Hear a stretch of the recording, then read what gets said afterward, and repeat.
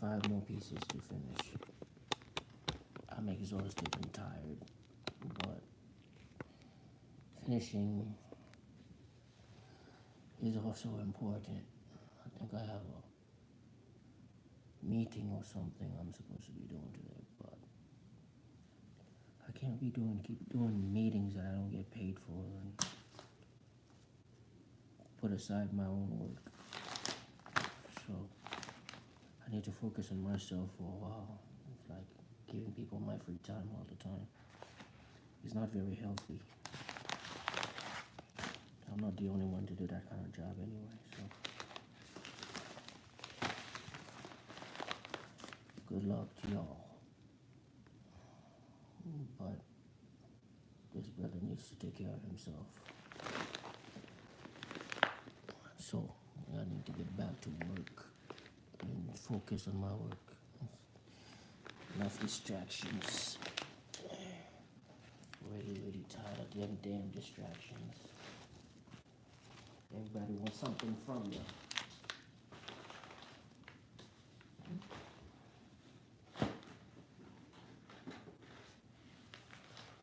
Oh, free time.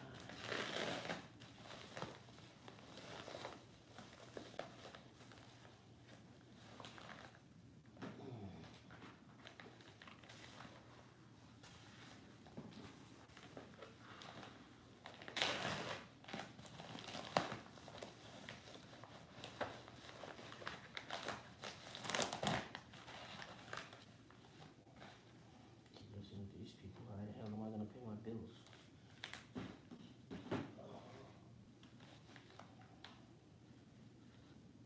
Fucking hate this shit.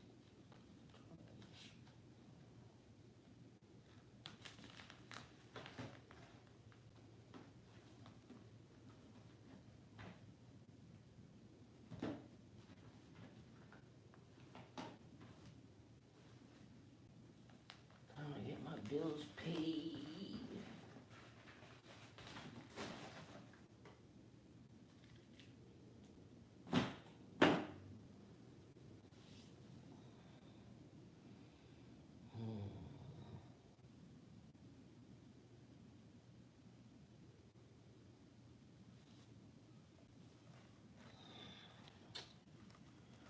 How much more stuff I have to do?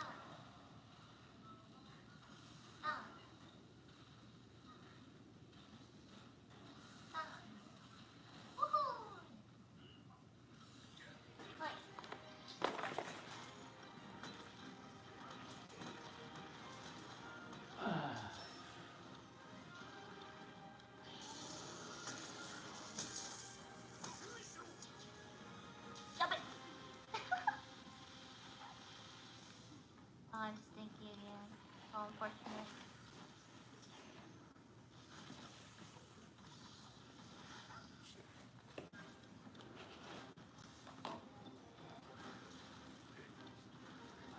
Ah, so far away. Stop. Come back. Come back.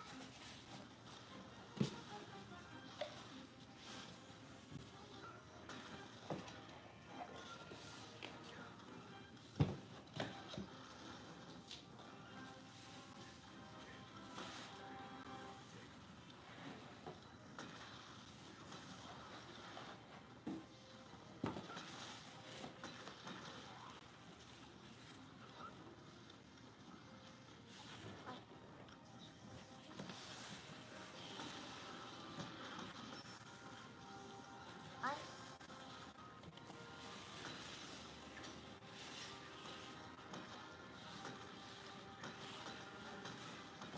Ah! Oh, I didn't check again. Oops. Good thing it wasn't a capture quest. I got to in the zone.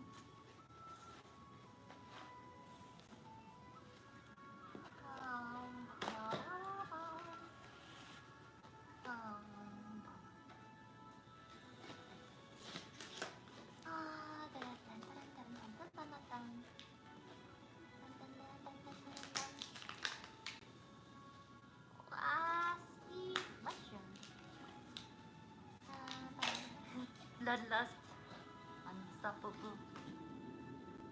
I'm a hunter. Oh, this how cute. Fawn. Can I get it? Can I get it? Can I get it? Can I get it? No! No! No!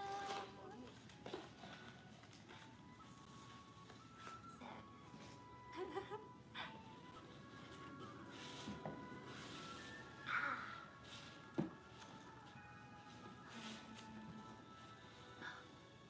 どこ立ちを持つのボタン Maybe with the next one you'll level up. Maybe with the next one.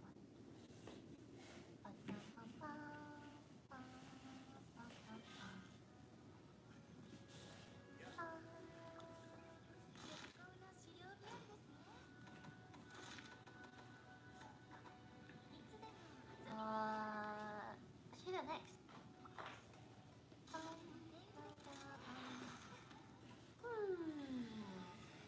What should we do next?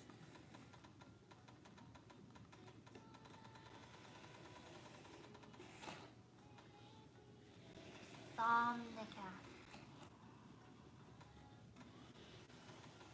I guess we can do the top 3 to finish off the key quest. Some. Infernal Lacrimo. Somna. Oh, let's do this first. Top to bottom. Top to bottom. Top to bottom. Oh.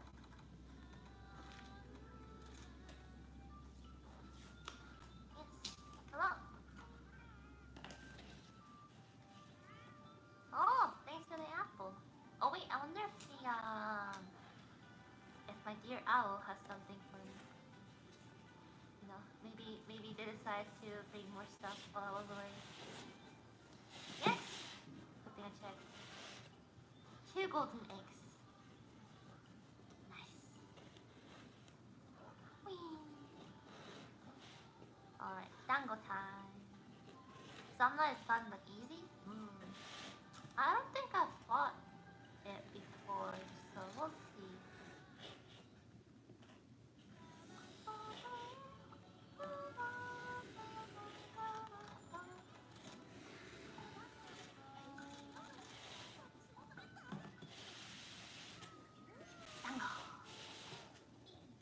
I saw it earlier.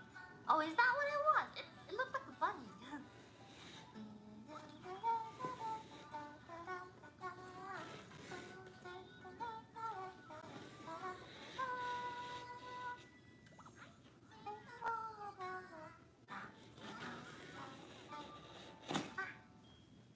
You know, I do miss the actual like food in the other games though. Those food always look so delicious. The mine!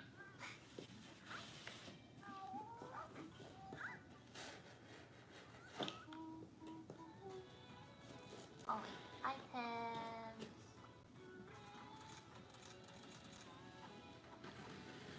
Like, Dango song is great, but remember that like grilling noise and like the knife works of the chef. I miss those. I miss those moments. Oh.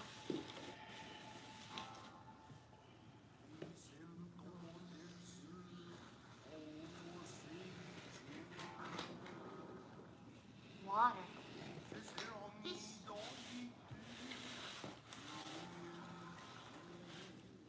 Fish.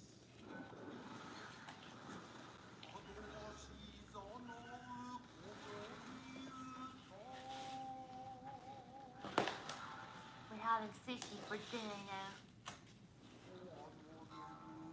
All the monsters really like to stand on their tails, huh? See that?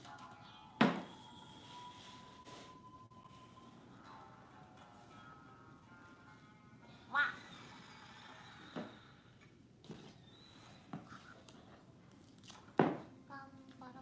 Where's the other is? Screen record.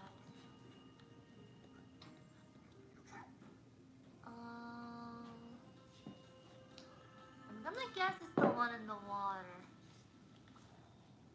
I'm gonna take a wild guess. Oh, I forgot to jump.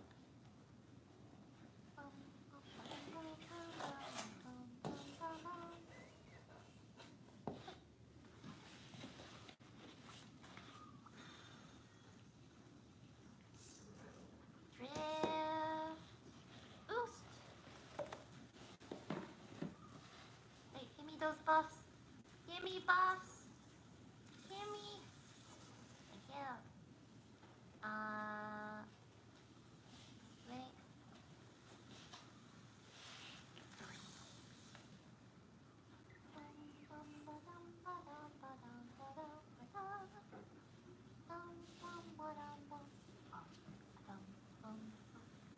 Oh! Yeah. You wanna hear a song by Hippo? It goes like a doot, a doot, a doot.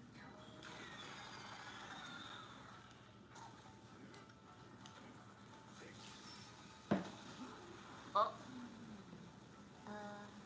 See ya. Don't worry about it. So that's a doot and a doot and a doot and a doot doot doot doot doot and a doot and a doot and a doot and a doot doot doot doot.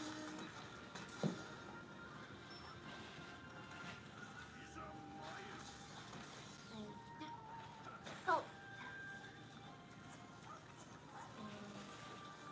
Oh. Where are you? Oh, it's like a the flash. Oh no. Oh no.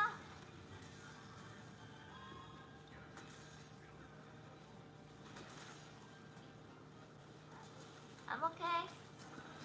This is probably not a good place to fight you. I just realized. Woo.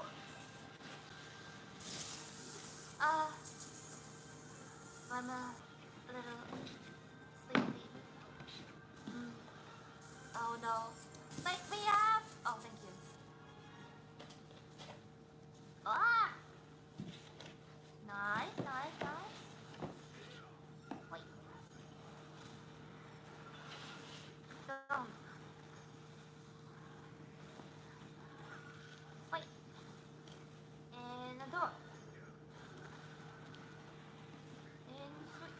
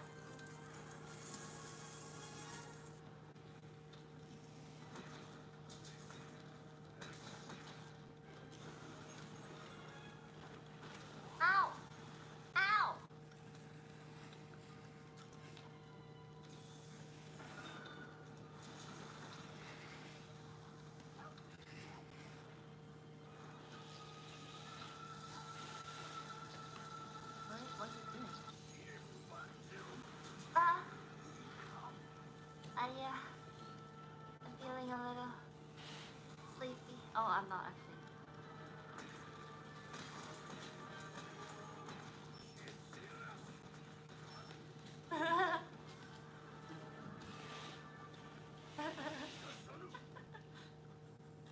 Okay, that was fine. Oh, free stuff, free materials, shiny. Oops.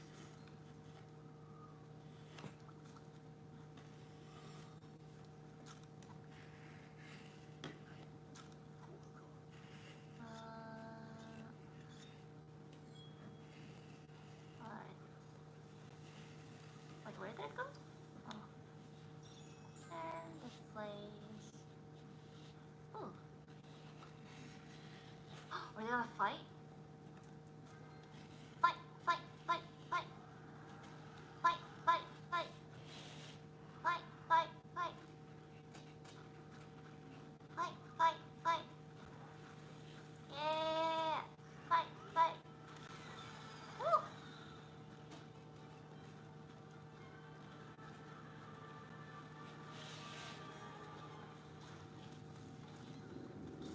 Ow. Cat. What was it?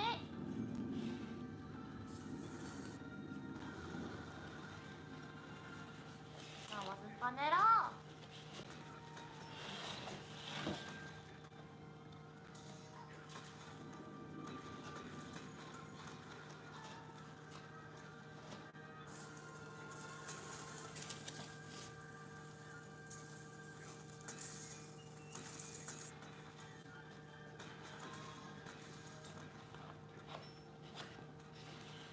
They're running already. Come on, Dogo. Dogo. Hiya. Where is it going? What? How come you get a shortcut?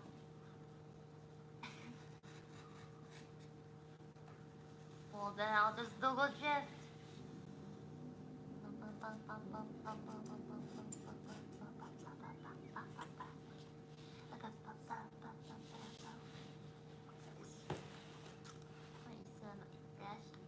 Oh, shiny.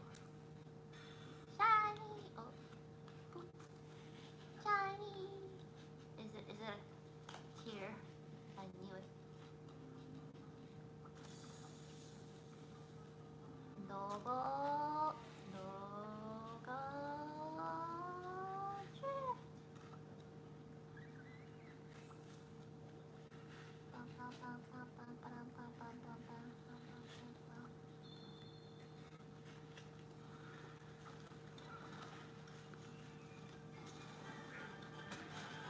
Ready to do that?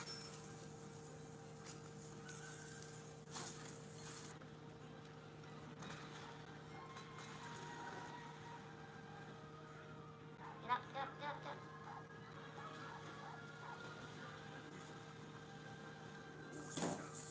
Done!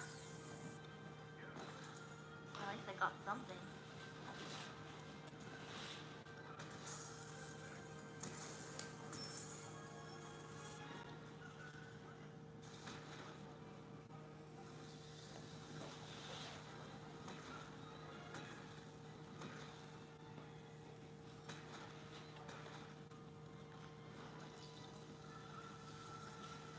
Uh-oh.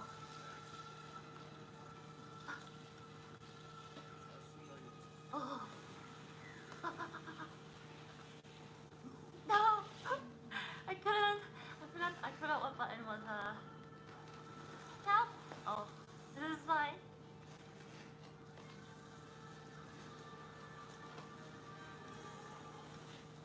Oh, it swipes, it swipes, it swipes. I didn't know it swipes.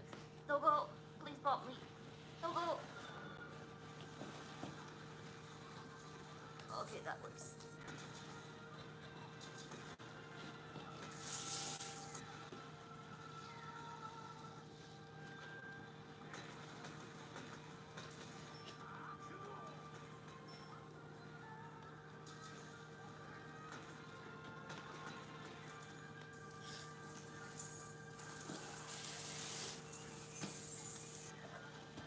Ah.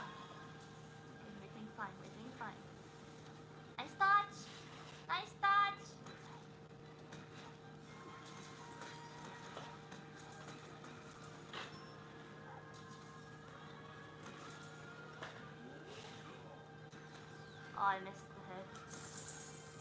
It's fine.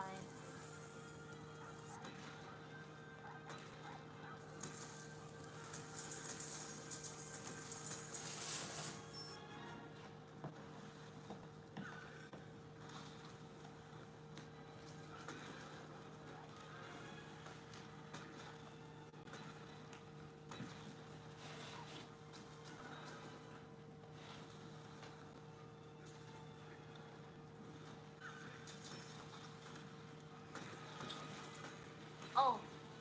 Oh. Oh. Oh. I wasn't looking at you.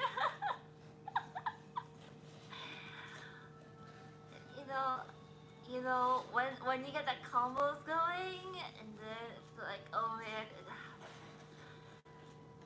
I'm sorry. It's just so fun getting the combos up. You just forget. You forget.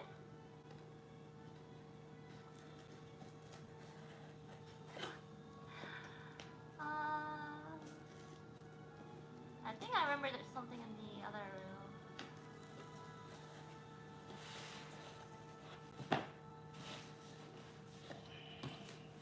Did I carve? Yes, I did.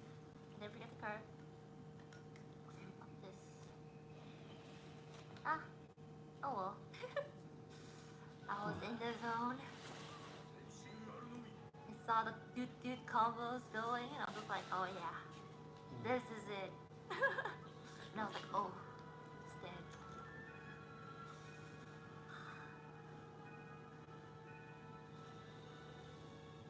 No. Was it drifting? Yes. It's not a fucking dog. Doggo. Can't stop the dudes. But it feels so satisfying when you get those combos off. You can never get enough of it.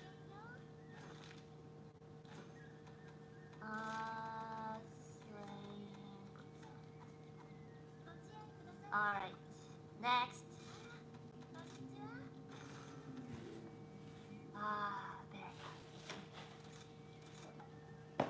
I remember struggling with you quite a bit before. Give yourself enough. I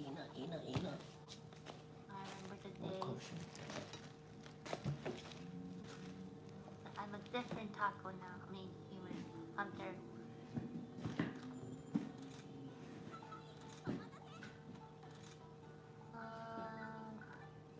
Ooh. I should save that.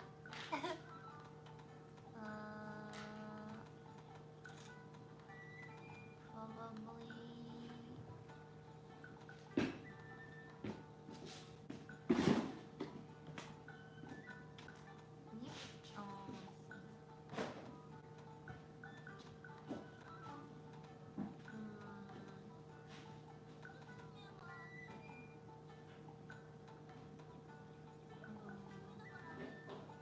I am human. What are you talking about?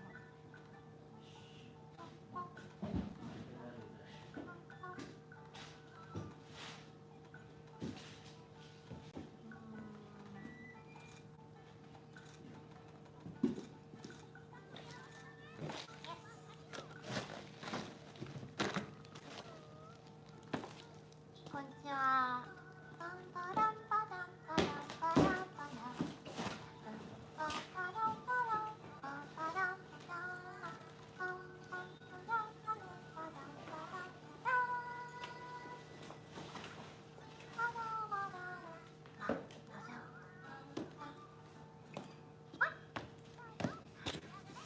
I'll pick up groceries.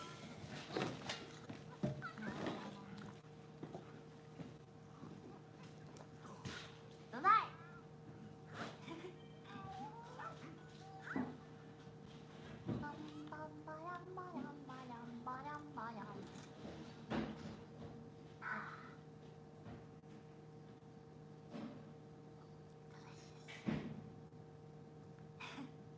Can we get a new outfit? Do you want new outfits? Okay, maybe after this one, I'll get you guys new outfits. You guys don't like being like a Power Ranger?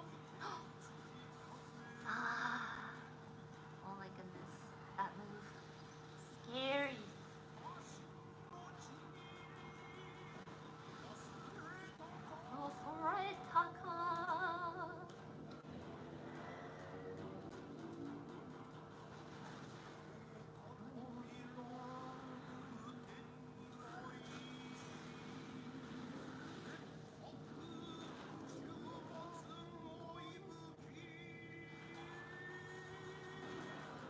as long as I can break those fangs. Flurry of frosted fangs. Alright. Good thing we don't have to drink like hot drinks or stuff though. I always forget about this.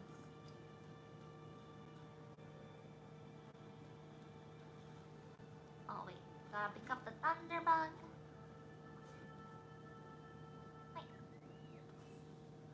Bum, bum, ba-dum. Ba-dum, ba-dum. Bum, bum, ba-dum, ba-dum. Bum, ba-dum, ba-dum, bum, bum, ba-dum, ba-dum, ba-dum, ba-dum, ba-dum. Wah! Speed! Bum, bum, ba-da-dum. Bum, ba-dum, bum. Speed! Bum, bum, ba-dum, ba-dum, ba-dum. You wanna hear the song of my people? There it is. It goes a doot, a doot, a doot. It goes a bum, a bum, bum, bum, bum. Let me doot. Scary. Ow. Ow.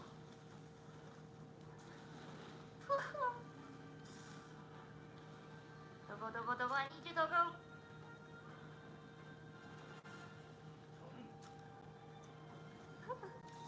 Let's not fight in a very enclosed space, shall we? There's such a big stage for us here, you know, various.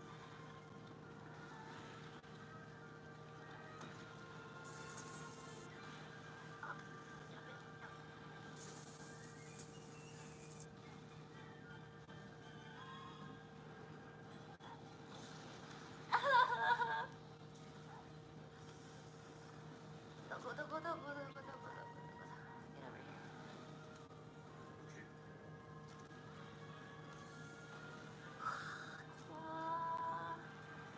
They're scary as ever, various.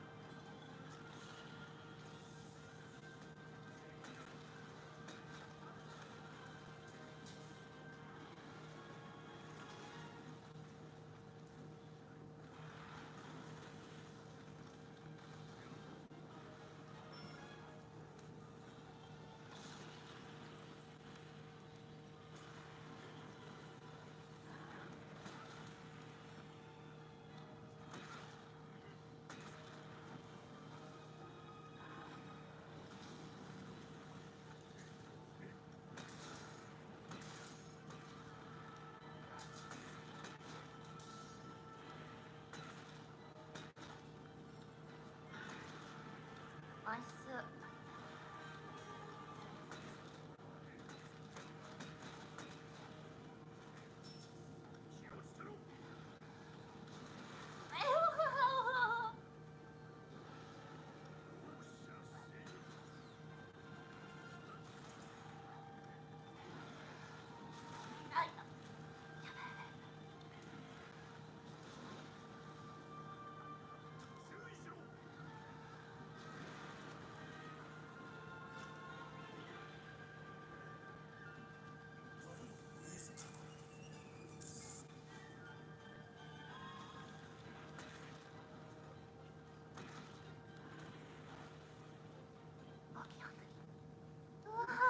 Cool. Oh, sparkly! Nice. Oh, I was crying. This way. Bum, ba-dum, ba-dum, ba-dum, ba-dum, ba-dum. Bum, bum, ba-dum, ba-dum, bum, ba-dum, ba-da-dum. This way.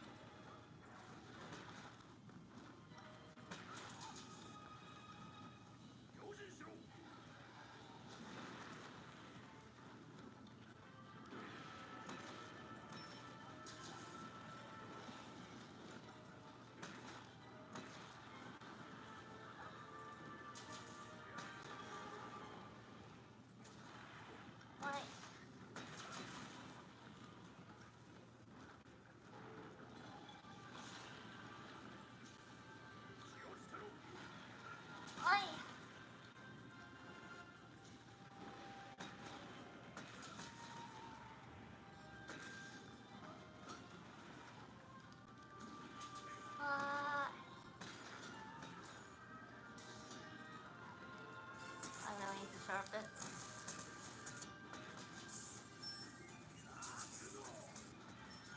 Gosh. Oh. Oh yeah?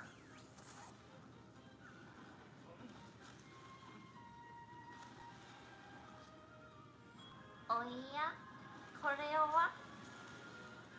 はチャンスじゃないですか。ほい。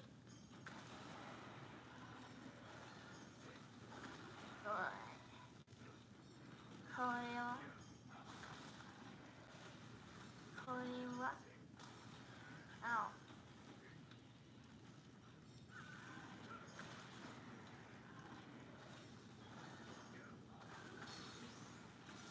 Finisher! Yikes. Oh, we can capture. We can capture.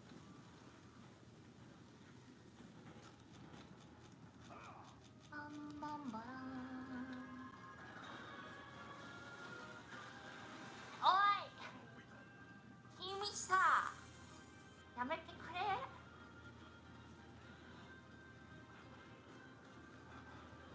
This way. Look! Tasty human. No! No! No!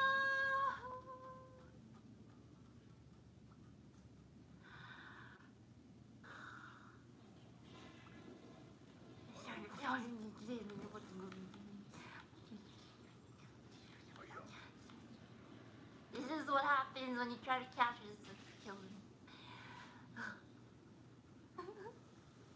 This is what always happens. Wait, can I? Oh, shiny? Shiny, shiny, shiny, shiny, shiny, shiny, shiny. Shiny, shiny, shiny, shiny, shiny, shiny. Shiny, shiny, shiny, No, it's not good, shiny, man. shiny, shiny. Ooh, is this way? Oh, is that where the camp is?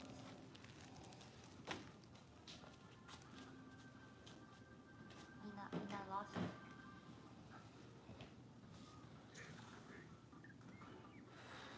Mina very lost. Mina found.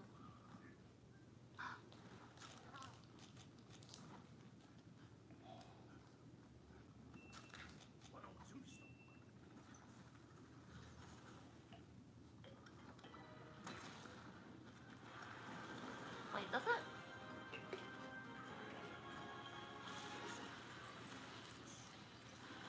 I just want honey.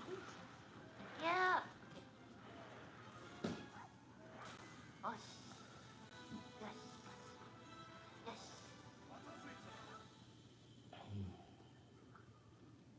We did it. We conquered our fear. Our fear is nicely tucked in.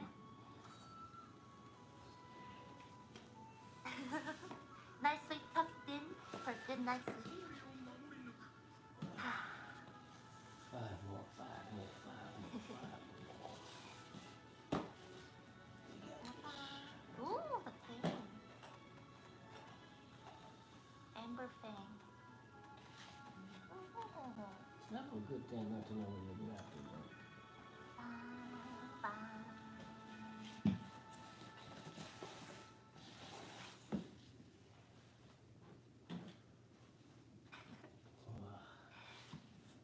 Alright. One more monster until we rank up. Maybe.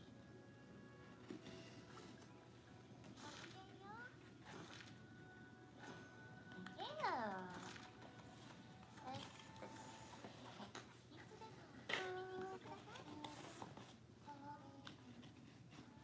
One more. Oh. The classic. The classic. The classic.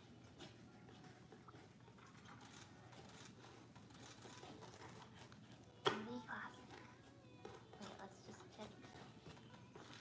Nope. Wait, you guys are gonna get new clothes, remember? Let's see. What clothes do you want? Actually, I want to give you guys Kadachi weapon. Yeah, let's give you Kadachi weapon.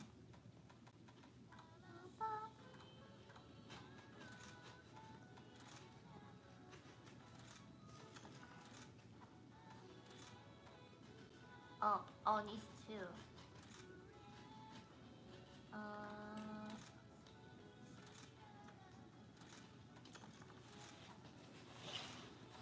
Yeah. Okay. What?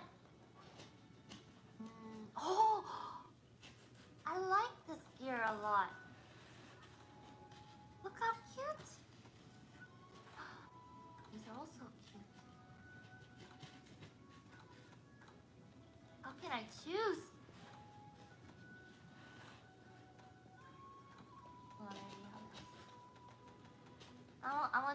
I want to make these. I want 2 scraps. I think scale is probably easy to get.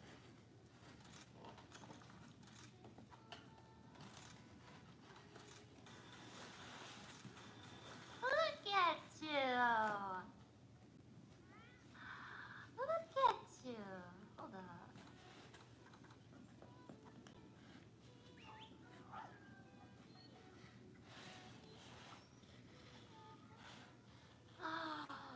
So cute! You have a backpack and glasses, or goggles rather.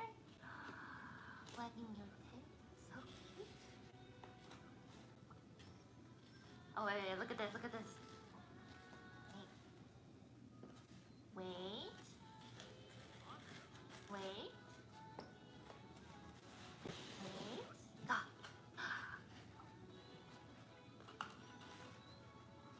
Pop. Good boy. Good boy. Okay. He also gets hats too. Of course, the economic con. Aww. So cute. So cute. With a fluffy belly. You do. Okay. Oh wait, did we do the item? Okay. Style points. Is a meal. Let's see what's available. Harvester. Nah. Just order the usual.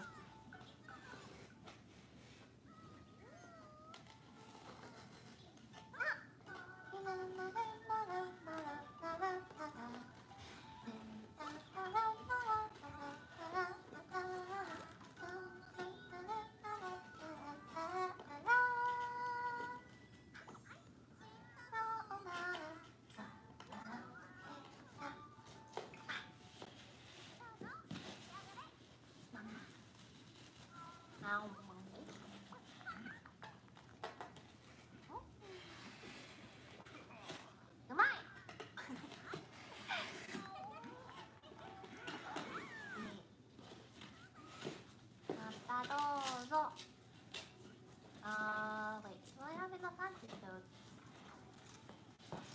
Yeah, I think I love. And dogs eat animals? I don't know. Can they? Dog owners of the chat. Can dogs eat dango without any sauce and seasoning? If there's no chocolate. No, it's just rice. It is technically, yeah. No, they can choke. No dango. Yes, happily but vengeful frown.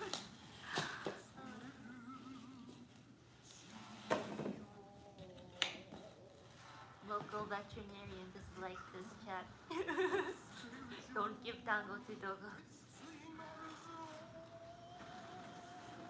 Oh, she's so beautiful. She's so beautiful. I missed you.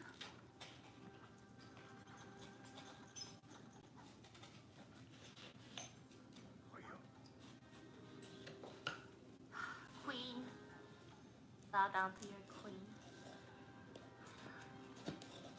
Our lovely, lovely queen of the land, apparently. You think she's queen of the skies, but there's a different queen of the skies. I don't know where she is, but...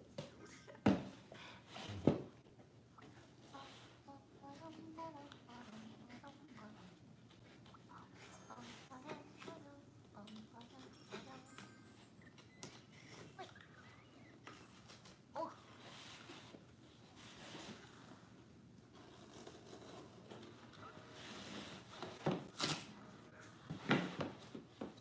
Mi boss. S'il vous plaît.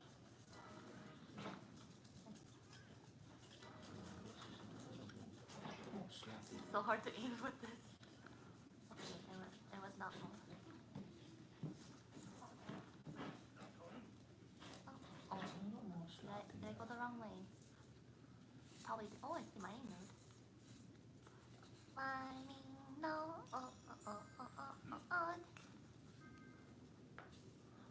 Finding node. Down.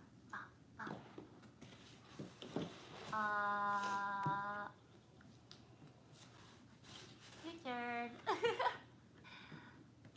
U-turn.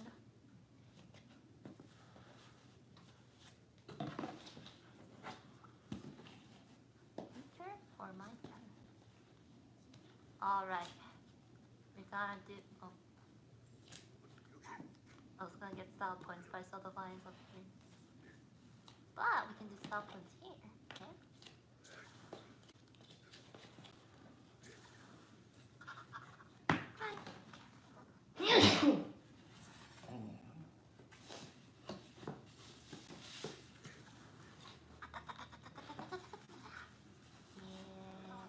I hear her.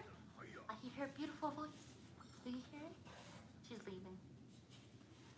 She's leaving. She's leaving. Just like Enoch, you're late. Stood me up. Shen? Sorry, Queen. I'm on my way. I promise.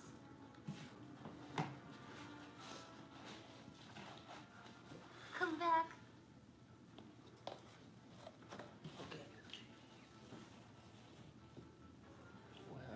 Queen. I wonder what I am. I am? I am.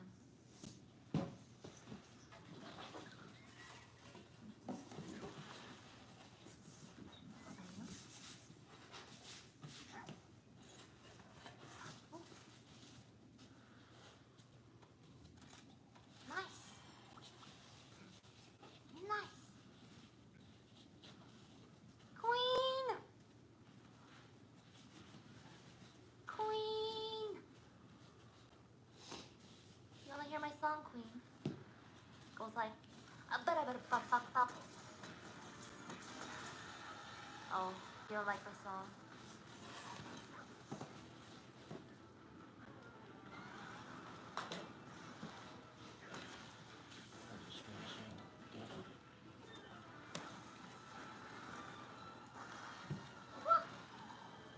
It was like, pop.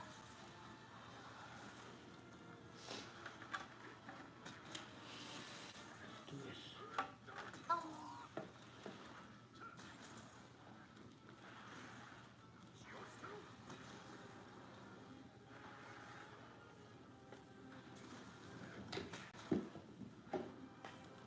Hey.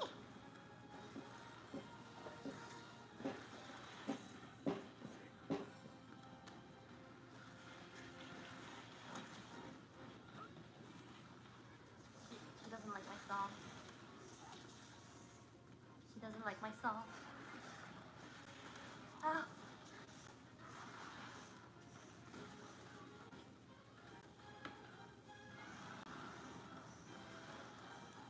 She likes this one. Yeah. No, she doesn't.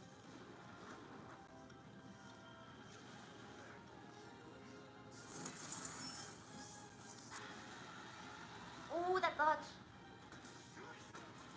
Ay, not the greatest dodge.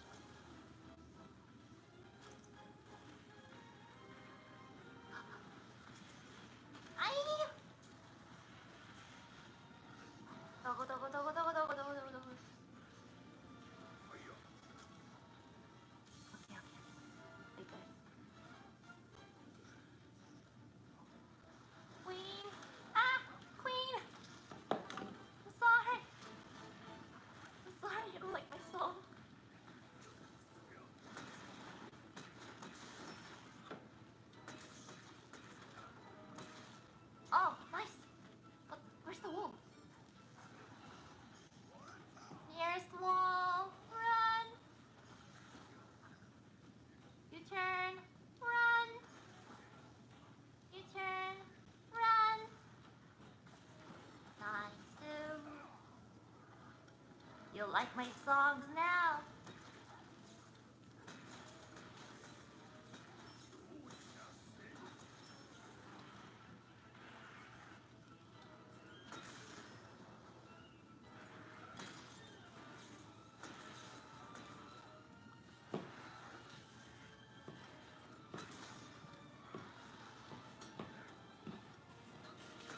Wow.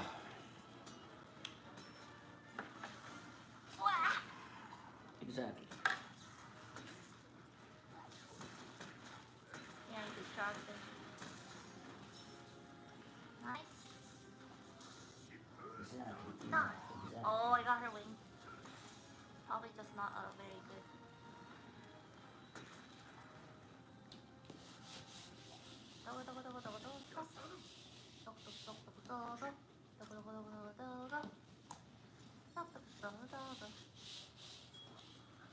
Four out of 10 style things.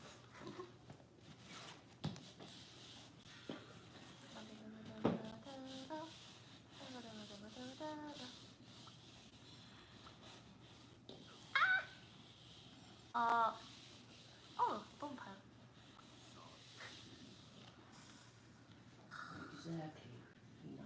I Wow. fell into the...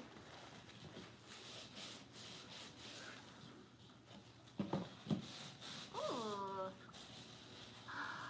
Perfect for someone like me. Who would have known I wanted one right now? So perfect. Queen? My queen? Where are you? Are you over there? Oh no. I'm on my way. Ooh, oh before that, a boom pile. Can I get across like this?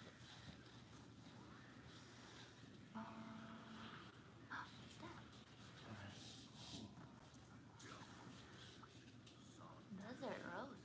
Ooh. You can probably get across. I have three bugs.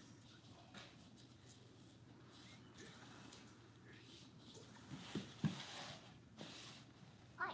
Oh, slow down. Let's keep it going. Keep it going. I almost fell and lost everything. Keep it going. Keep it going. Keep it going. Keep it going. Keep it Queen! going. Okay, what next?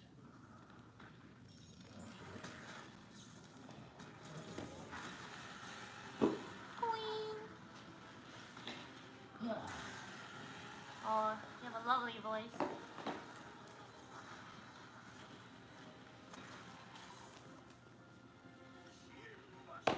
Oh,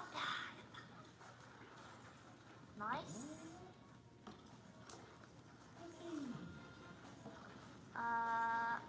Don't. Don't. Don't.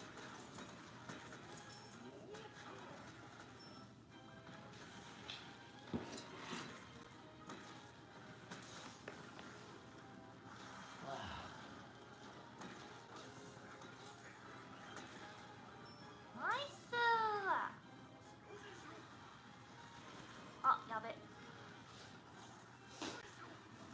Yabbit. Yup. Okay. I'm okay, I'm okay. Oh, put the clouds for me. Thanks, cat. Come on, queen.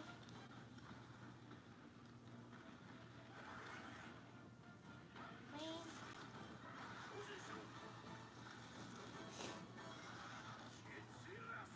Ah, no.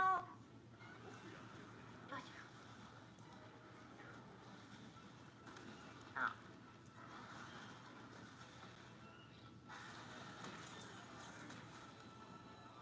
She's limping.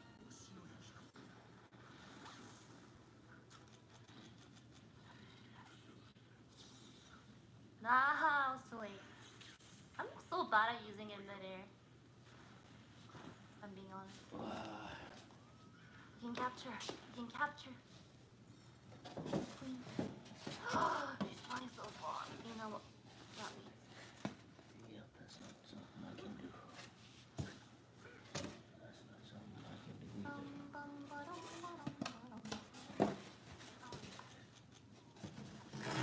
Something shocking.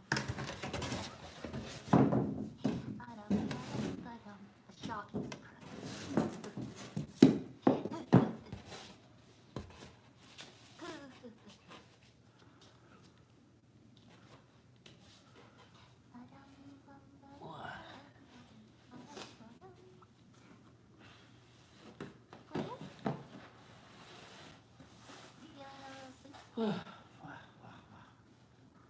unfortunate.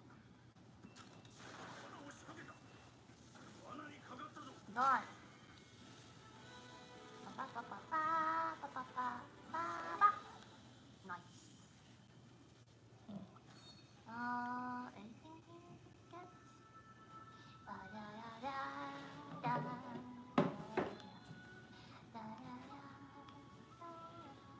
I could be playing that game, nice.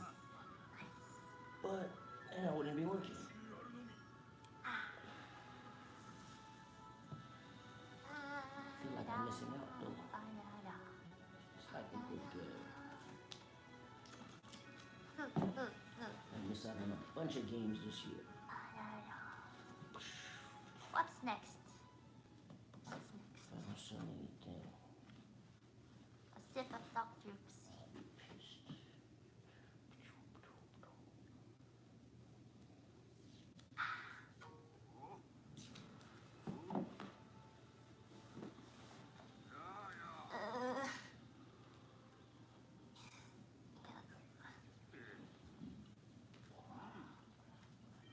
I don't want to do the round fish. I don't want to do it. Maybe next time. We played long enough today.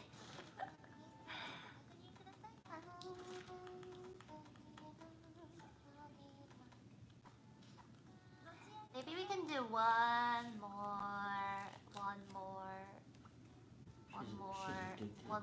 hunting. In addiction. One more hunting. Which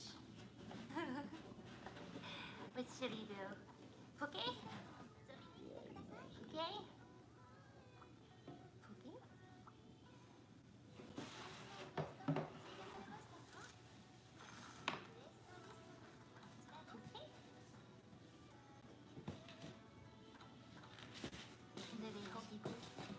Puke or sides? I want to do the round fish. I don't want to do the round fish.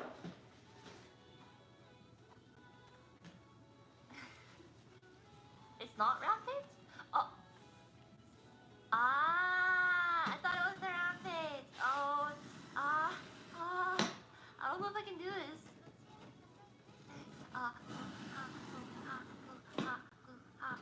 Can I do this? I'm scared. Okay, I'll try it once. If I fail it once, I'll just. I'm scared. I'm scared. Oh wait. Let's check if we have some goodies in the village. I'm scared. There's the flashbacks of the first time I met certain spiky boy that likes to dive bomb. Oof.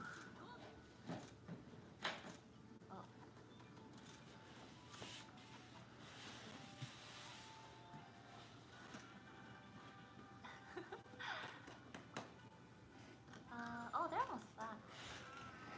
How much is the tree finished? Okay. Have confidence, okay. I'll try.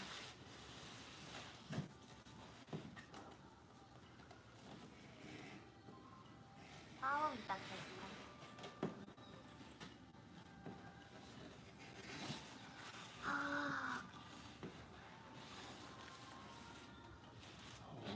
Will this be my first cart?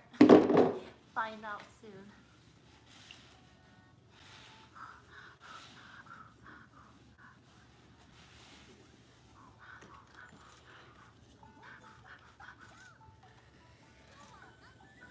Is it flame? Fire resistant, or is it just dragon?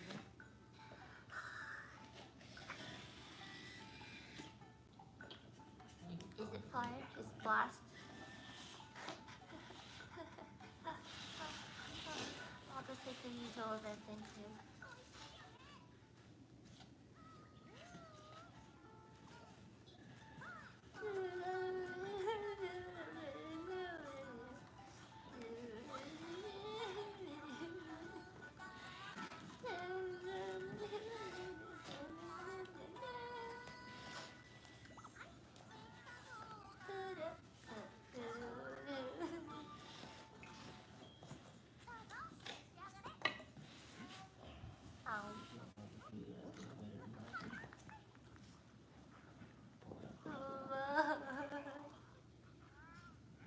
Last Supper.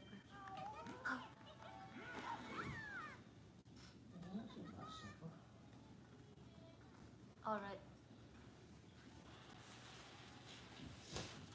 I'm ready for pain.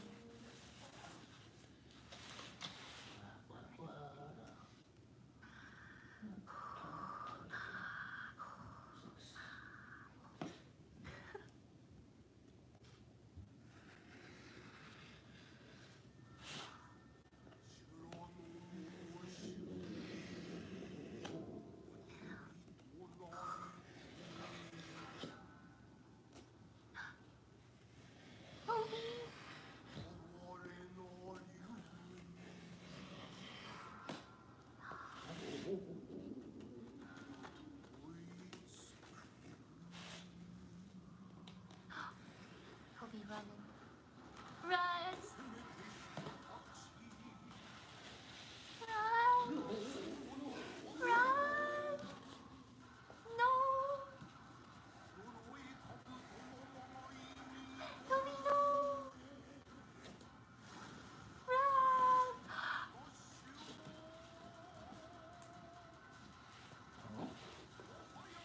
No!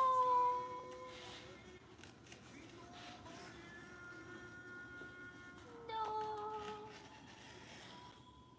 No!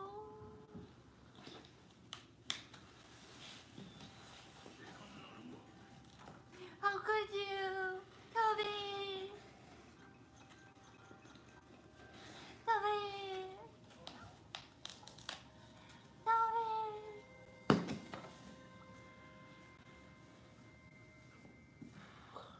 Toby! Oh wait, we gotta grab the backtrack. We gotta grab the honey. Oh, wire bag. So many U-turns. Toby! Where's that? Oh, I missed the honey. Where was it? Oh, it's over here.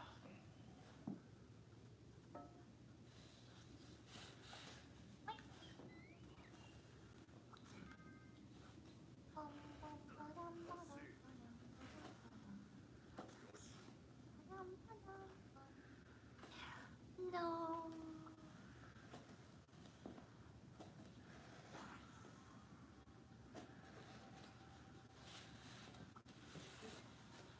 No.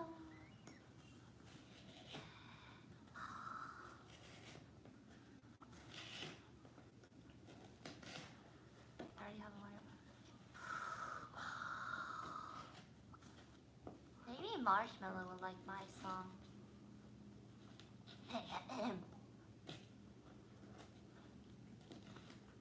Do you like a doobody doobody doo?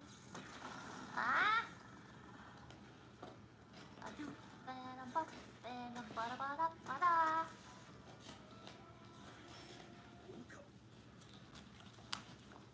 Translators note, it did not like my song.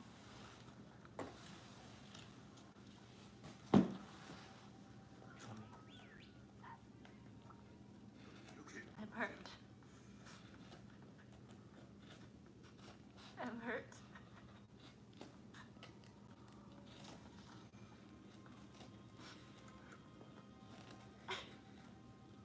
What is this emptiness I feel deep in my heart?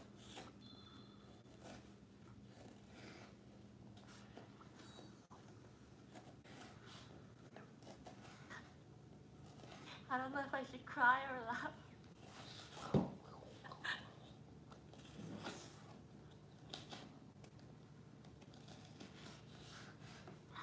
Okay. She shot. Boop, then a boop, then a boop, then a boop. Everybody vote for ya. You don't like it, okay.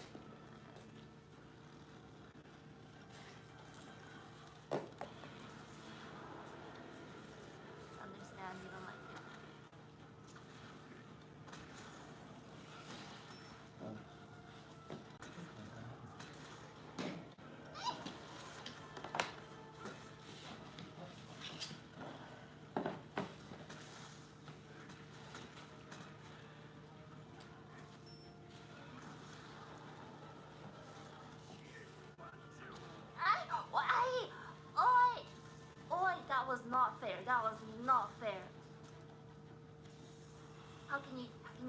you dodge like that.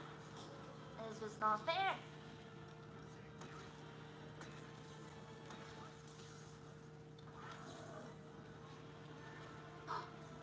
Nice doggo! Ay.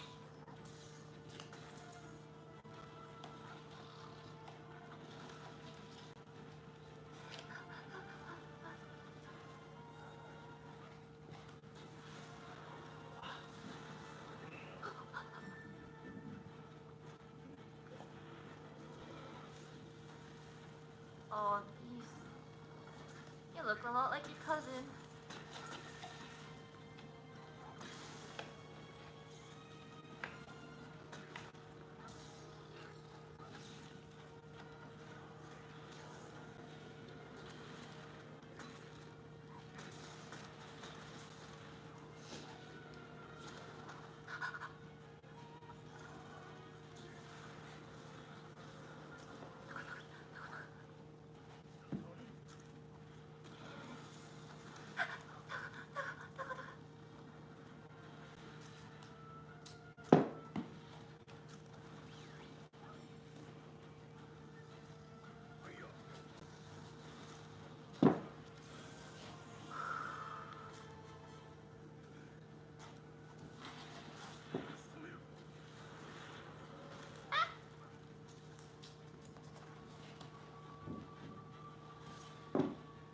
I'm burning.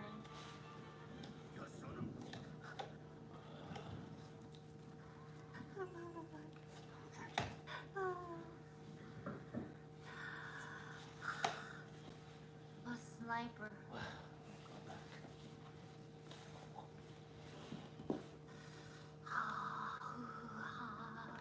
Ooh, money.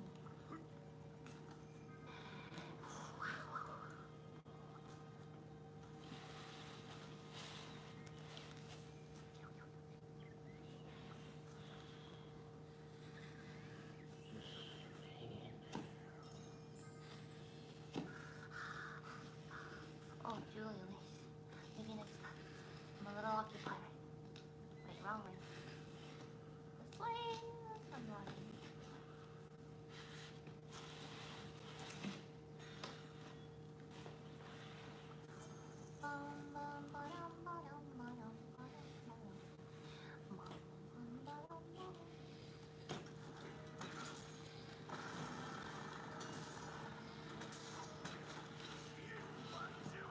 Yes! No, I didn't get it.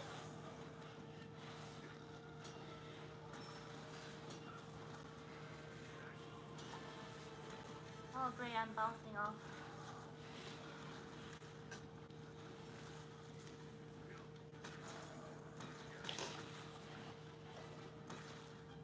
Oh, nice! Ah. Wow. Okay. Wow. Wow. Nice.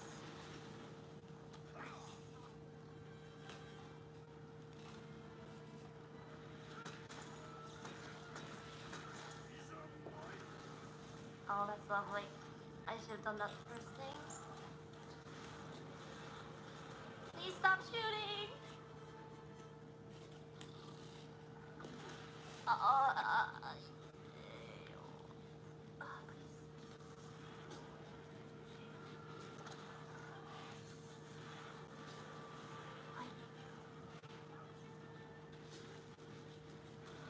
Wah!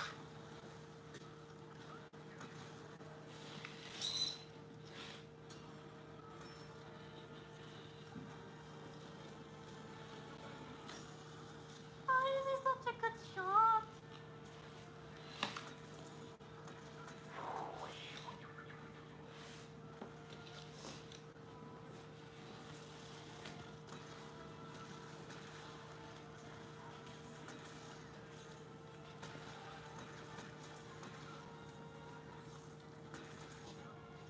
Nice.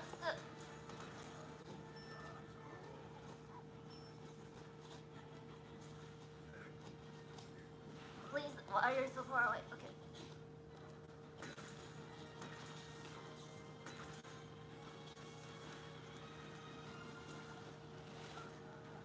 やべえやべえやべえ。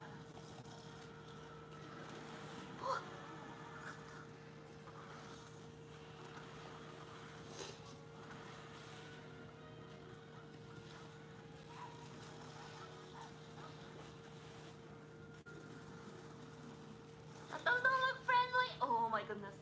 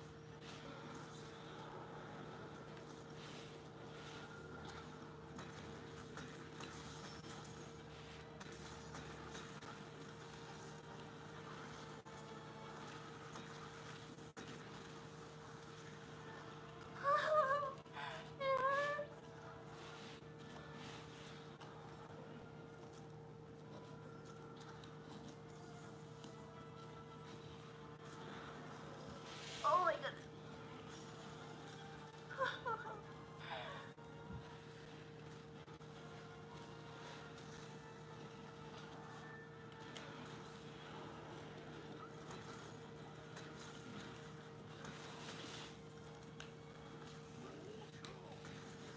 Nice.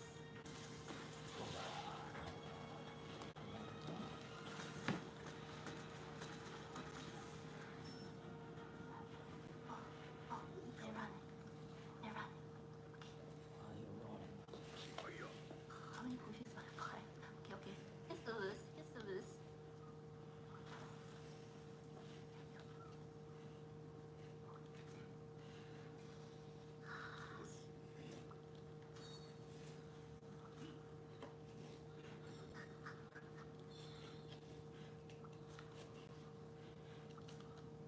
Go this way.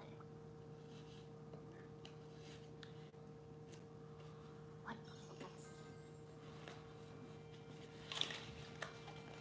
Uh.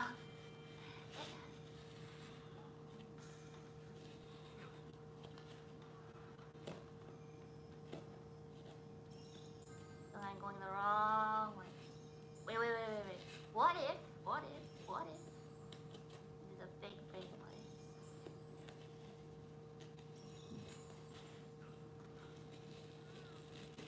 What if? What if this is all calculated, okay? Really?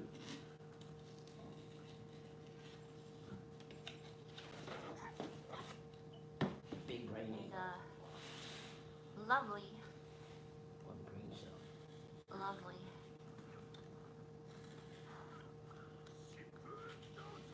Stay here.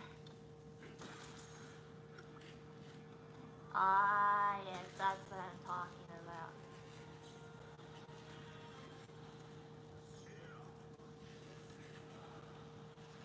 Yeah. Yeah. I'm back. That was gone. Oh yeah. Oh yeah. Oh yeah. Ah. Oh, that hurts. Oh. Oh no. Okay, I'm gonna do this. Oi. Ha ha ha ha. Big brain.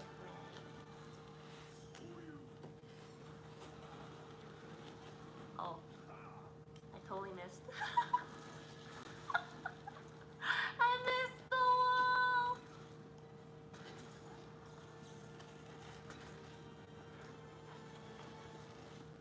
And I ran away. This is great. It was not according to plan.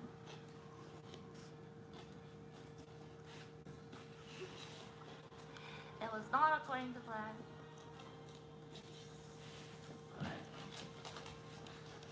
But you know what? Not everything in life goes according to plan. No, no, no. That is okay.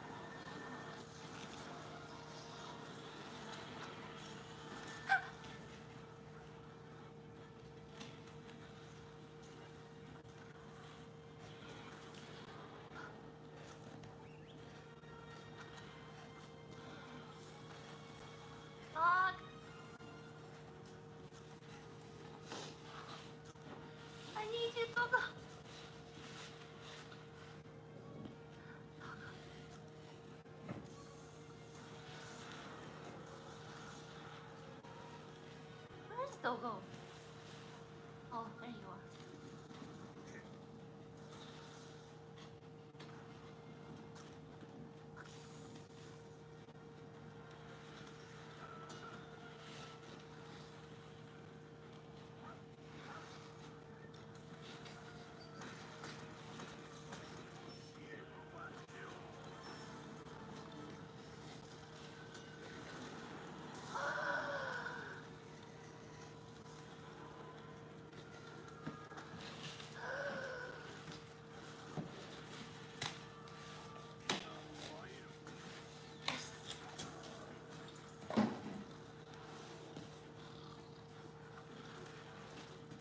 Oh, yeah.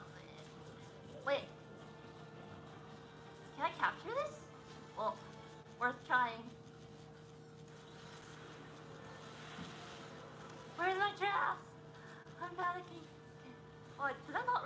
Oh, I didn't have an extra, didn't I?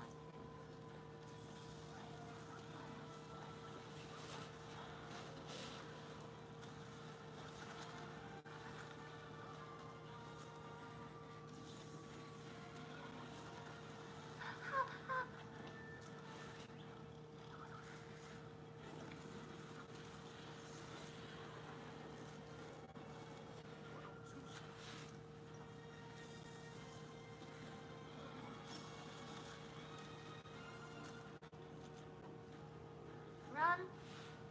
Come here.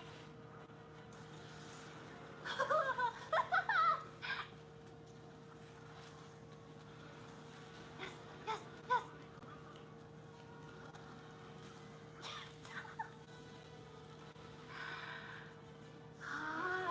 No, yeah. That's right. Okay, I'm burning. That was so gay.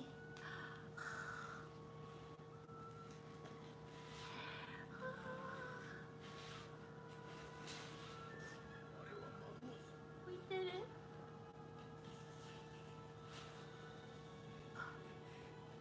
Thank goodness I could capture it. Ooh, shiny. Take it. Ahoy.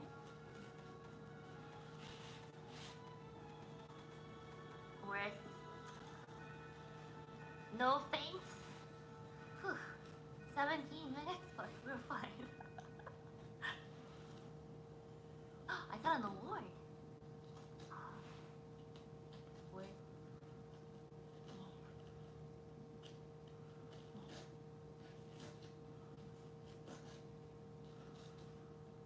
That wasn't the ending, was it?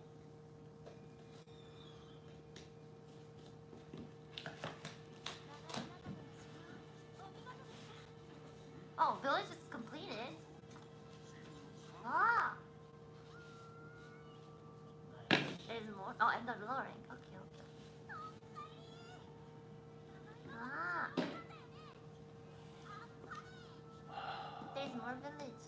It's kind of an ending. Ah, okay. Because I remember, I feel like there has to be more, what you call it, more rampage. More rampage.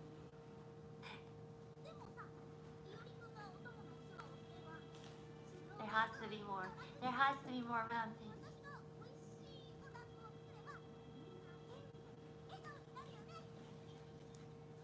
More pain. Ah! I'm not so good at aiming with the rampage. Isn't the update in April? Or the one after?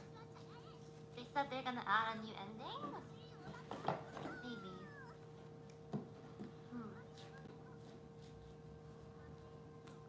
End of April.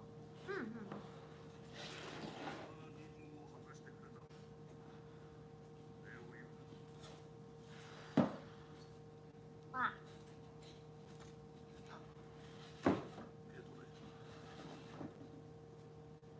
Oh.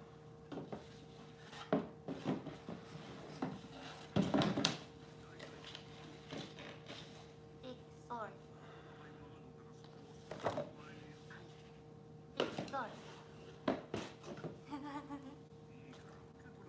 long surname now.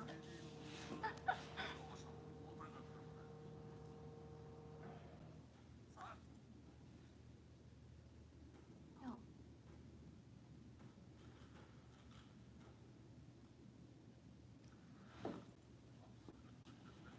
So the letter that I thought, is it empty?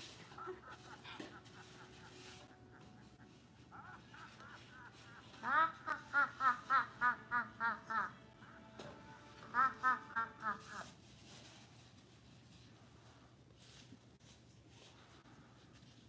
Ah. Well, I think this is a good place to end the stream today then. Play with viewers someday. Yeah. I think I would like to play some Hop Quest with viewers sometime later. Not today though. I already streamed for 3.5 hours. I need to go get dinner. But thank you very much everyone for coming to watch today. It's a lot of fun. Oh man. We just zoomed through those village quests. Just 3 hours today because I gotta go to the actual shrine today, so I'm gonna relax a bit before that. Thank you very much for watching today. Hope you enjoyed it. Yeah? Yeah? Yeah. You enjoyed it too? That's good. Anyways, thank you very much. Thank you for all the super chats. Welcome to all the members. Much appreciated. We're actually coming back tomorrow with some more Monster Hunter. Maybe we can do some hub quests tomorrow. We'll see. Thank you very much. Thank you.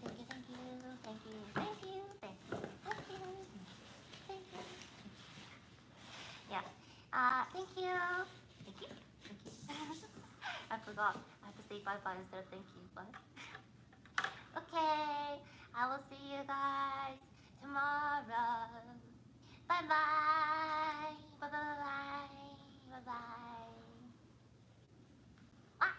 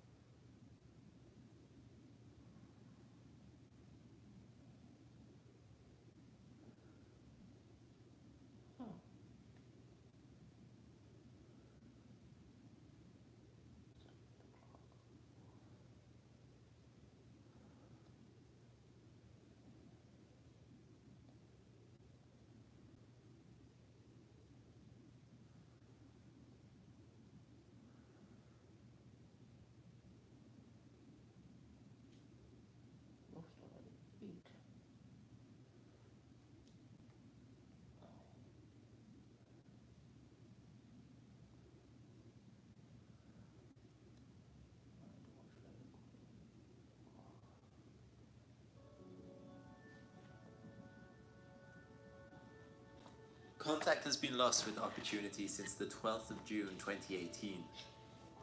This pioneering rover survived an incredible 15 years on Mars's harsh surface, when finally a global dust storm blocked the sunlight from hitting its solar panels for several months. This video is a recap of Opportunity's entire mission, from its first landing to the final dust storm, with all the challenges it overcame and discoveries it made along the way.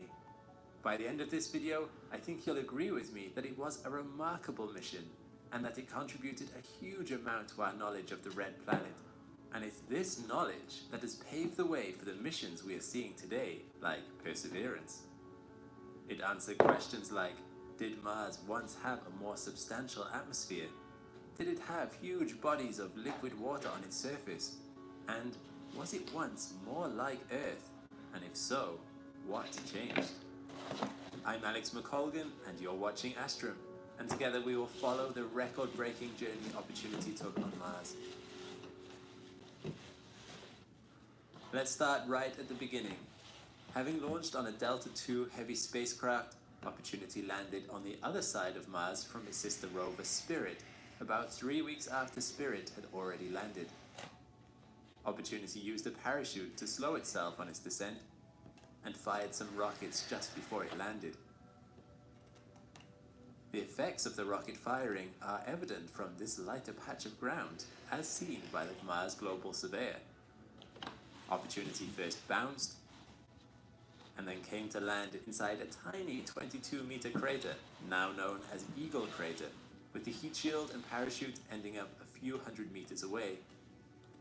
NASA scientists were so excited by this that they called the landing a hole-in-one, although they weren't actually aiming for this crater.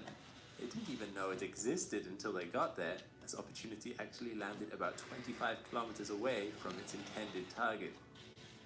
As Opportunity emerged from its protective shell, the first thing it did was have a look around.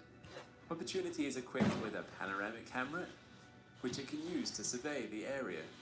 It saw some outcrops only a few centimeters tall, made up of extremely fine dust, each grain far smaller than the grains typically found in Earth's sandstone.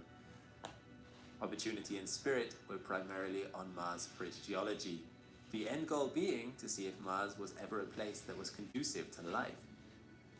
The way that they did that was by looking at rocks for evidence of water, thus giving scientists an idea of what Mars might have been like millions of years ago, as rocks contain clues about their history. Opportunity explored the outcrop closely over the course of the next few weeks, already discovering evidence that in the past some kind of moving current had made the bedrock dip, although it wasn't clear if it was water that had done this, or volcanic flow, or wind. You can see this in this image, as the thin rock layers are not parallel to each other. On Sol 30, or Opportunity's 30th Martian day on its surface, it got close to the outcrop and used its rock abrasion tool to drill into a section of the rock face. As it did so, it found something known to geologists as vugs, or voids in the rock, the result of crystals having been eroded away. The rock also contained hydroxide ions, meaning water was likely present when the rock formed. Next up for Opportunity was to dig a trench in the soil for further analysis. It did this by digging its front wheels into the soil while the back four wheels held it in place. After some shuffling about for 22 minutes, it had made a trench 50 centimeters long and 10 centimeters deep. Under the top layer of soil were some things it had not seen before, including shiny little pebbles and grains, so small this microscopic image can't even distinguish between them. Over the course of the next few Martian weeks, having discovered everything it needed to, Opportunity powered out of the crater at an average speed of 1 centimeter per second, and headed towards the next biggest crater in the vicinity, Endurance Crater, which is about 200 meters wide. On its way, it passed by this tiny little crater called Fram. It took a photo, but didn't stop for long. On Sol 84, it reached the edge and had a look inside. Mission planners already knew that Endurance had many layers of rock to be investigated and wanted to have a closer look at them. Opportunity circled around the crater looking for a good entry point, as getting in wouldn't be a problem, but getting out might. By Sol 127, mission planners decided to drive Opportunity into the crater even if it couldn't get out, as the value of science that could be garnered was too promising to pass up. So, on Sol 131, it carefully edged its way over the ridge of the crater and tried to reverse back to see if it could. Luckily, the angle of the rim was only 18 degrees, well within Opportunity's known safety margin, so the excursion into the crater began in earnest. Opportunity went on to spend 180 sols in the crater. It explored an area called Karatepe, where it saw various layers in the bedrock. It went near to, but not into, some sand dunes, as mission planners didn't want it to get stuck. It saw some wispy clouds similar to Earth's cirrus clouds. And lastly, it went to a cliff face called Burns Cliff, an impressive looking cliff face with various layers separated by broken up rocks and dust. It finally left Endurance on Sol 315. During the time there, the data collected by Opportunity meant that scientists were able to confirm that water didn't just cover this area once, but it was in fact episodic in nature, with floods that would have washed across this landscape before drying up again. At any rate, the water here would have never been that deep. After that substantial discovery, the next stop on its adventure was to investigate its own heat shield. On the way, it came across a rock that was later confirmed to be a meteorite named Heat Shield Rock. It was the first meteorite to be identified on another planet. Opportunity then set a course for Erebus Crater. It pressed ahead through a region called the Etched Terrain to search for more bedrock. While traversing this area, on Sol 445, Opportunity got stuck in a 30 centimeter sand dune. Things did not look good for the rover. All four of its corner wheels were dug into the dune by more than a wheel radius.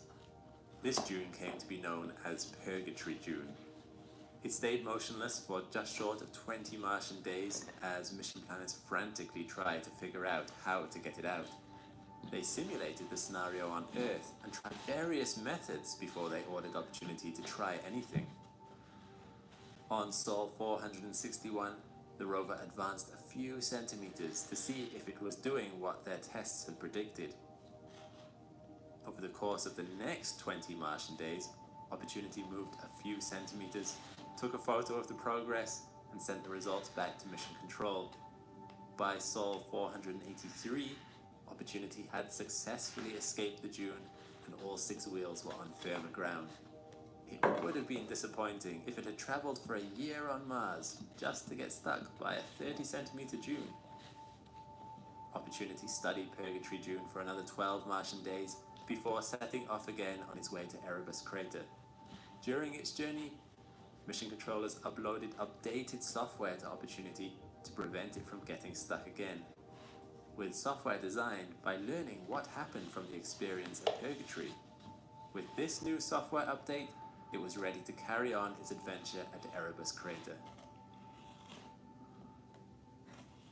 As Opportunity approached Erebus, it came to sections of ground where the bedrock was exposed. Mission controllers named this section the Erebus Highway. As we know, Opportunity's main mission was to search for signs of water on Mars, clues of which can often be found in the planet's rocks. It used its rock abrasion tool to carve circles into the bedrock, and with its microscopic camera, it compared the different structures of the rock to search for evidence of water. You'll notice by here that Opportunity's tracks are in front of the rover. This is still the front camera, but sometimes mission controllers drive Opportunity backwards to even out the wear and tear on the equipment. Erebus is a very old and eroded crater, filled with sand with only a few outcrops showing. You may not have been able to tell it's a crater from the ground perspective because it's so shallow and eroded. It only really becomes visible from the satellite photos. It is about twice as big as Endurance Crater at 350 meters in diameter. but Opportunity never actually went inside the crater as there was only more dunes in it. Instead, it stuck to the rim, avoiding larger dunes as it went. Even while carefully maneuvering around these dunes, it hit some soft sand and its wheels sunk in. Luckily, the software that was installed only a few weeks previously noticed that the wheels were slipping and it stopped its drive command. You see, Opportunity is not controlled in real time by a person on Earth with a joystick. There is too much latency for this, between 6 minutes to 40 minutes, depending on the proximity of Earth and Mars. So instead, Opportunity is given drive commands. Using these same navigational images you see here, and comparing it with satellite-based imagery, mission controllers command Opportunity to drive forward a certain distance, where it will then take a new photo to show its progress.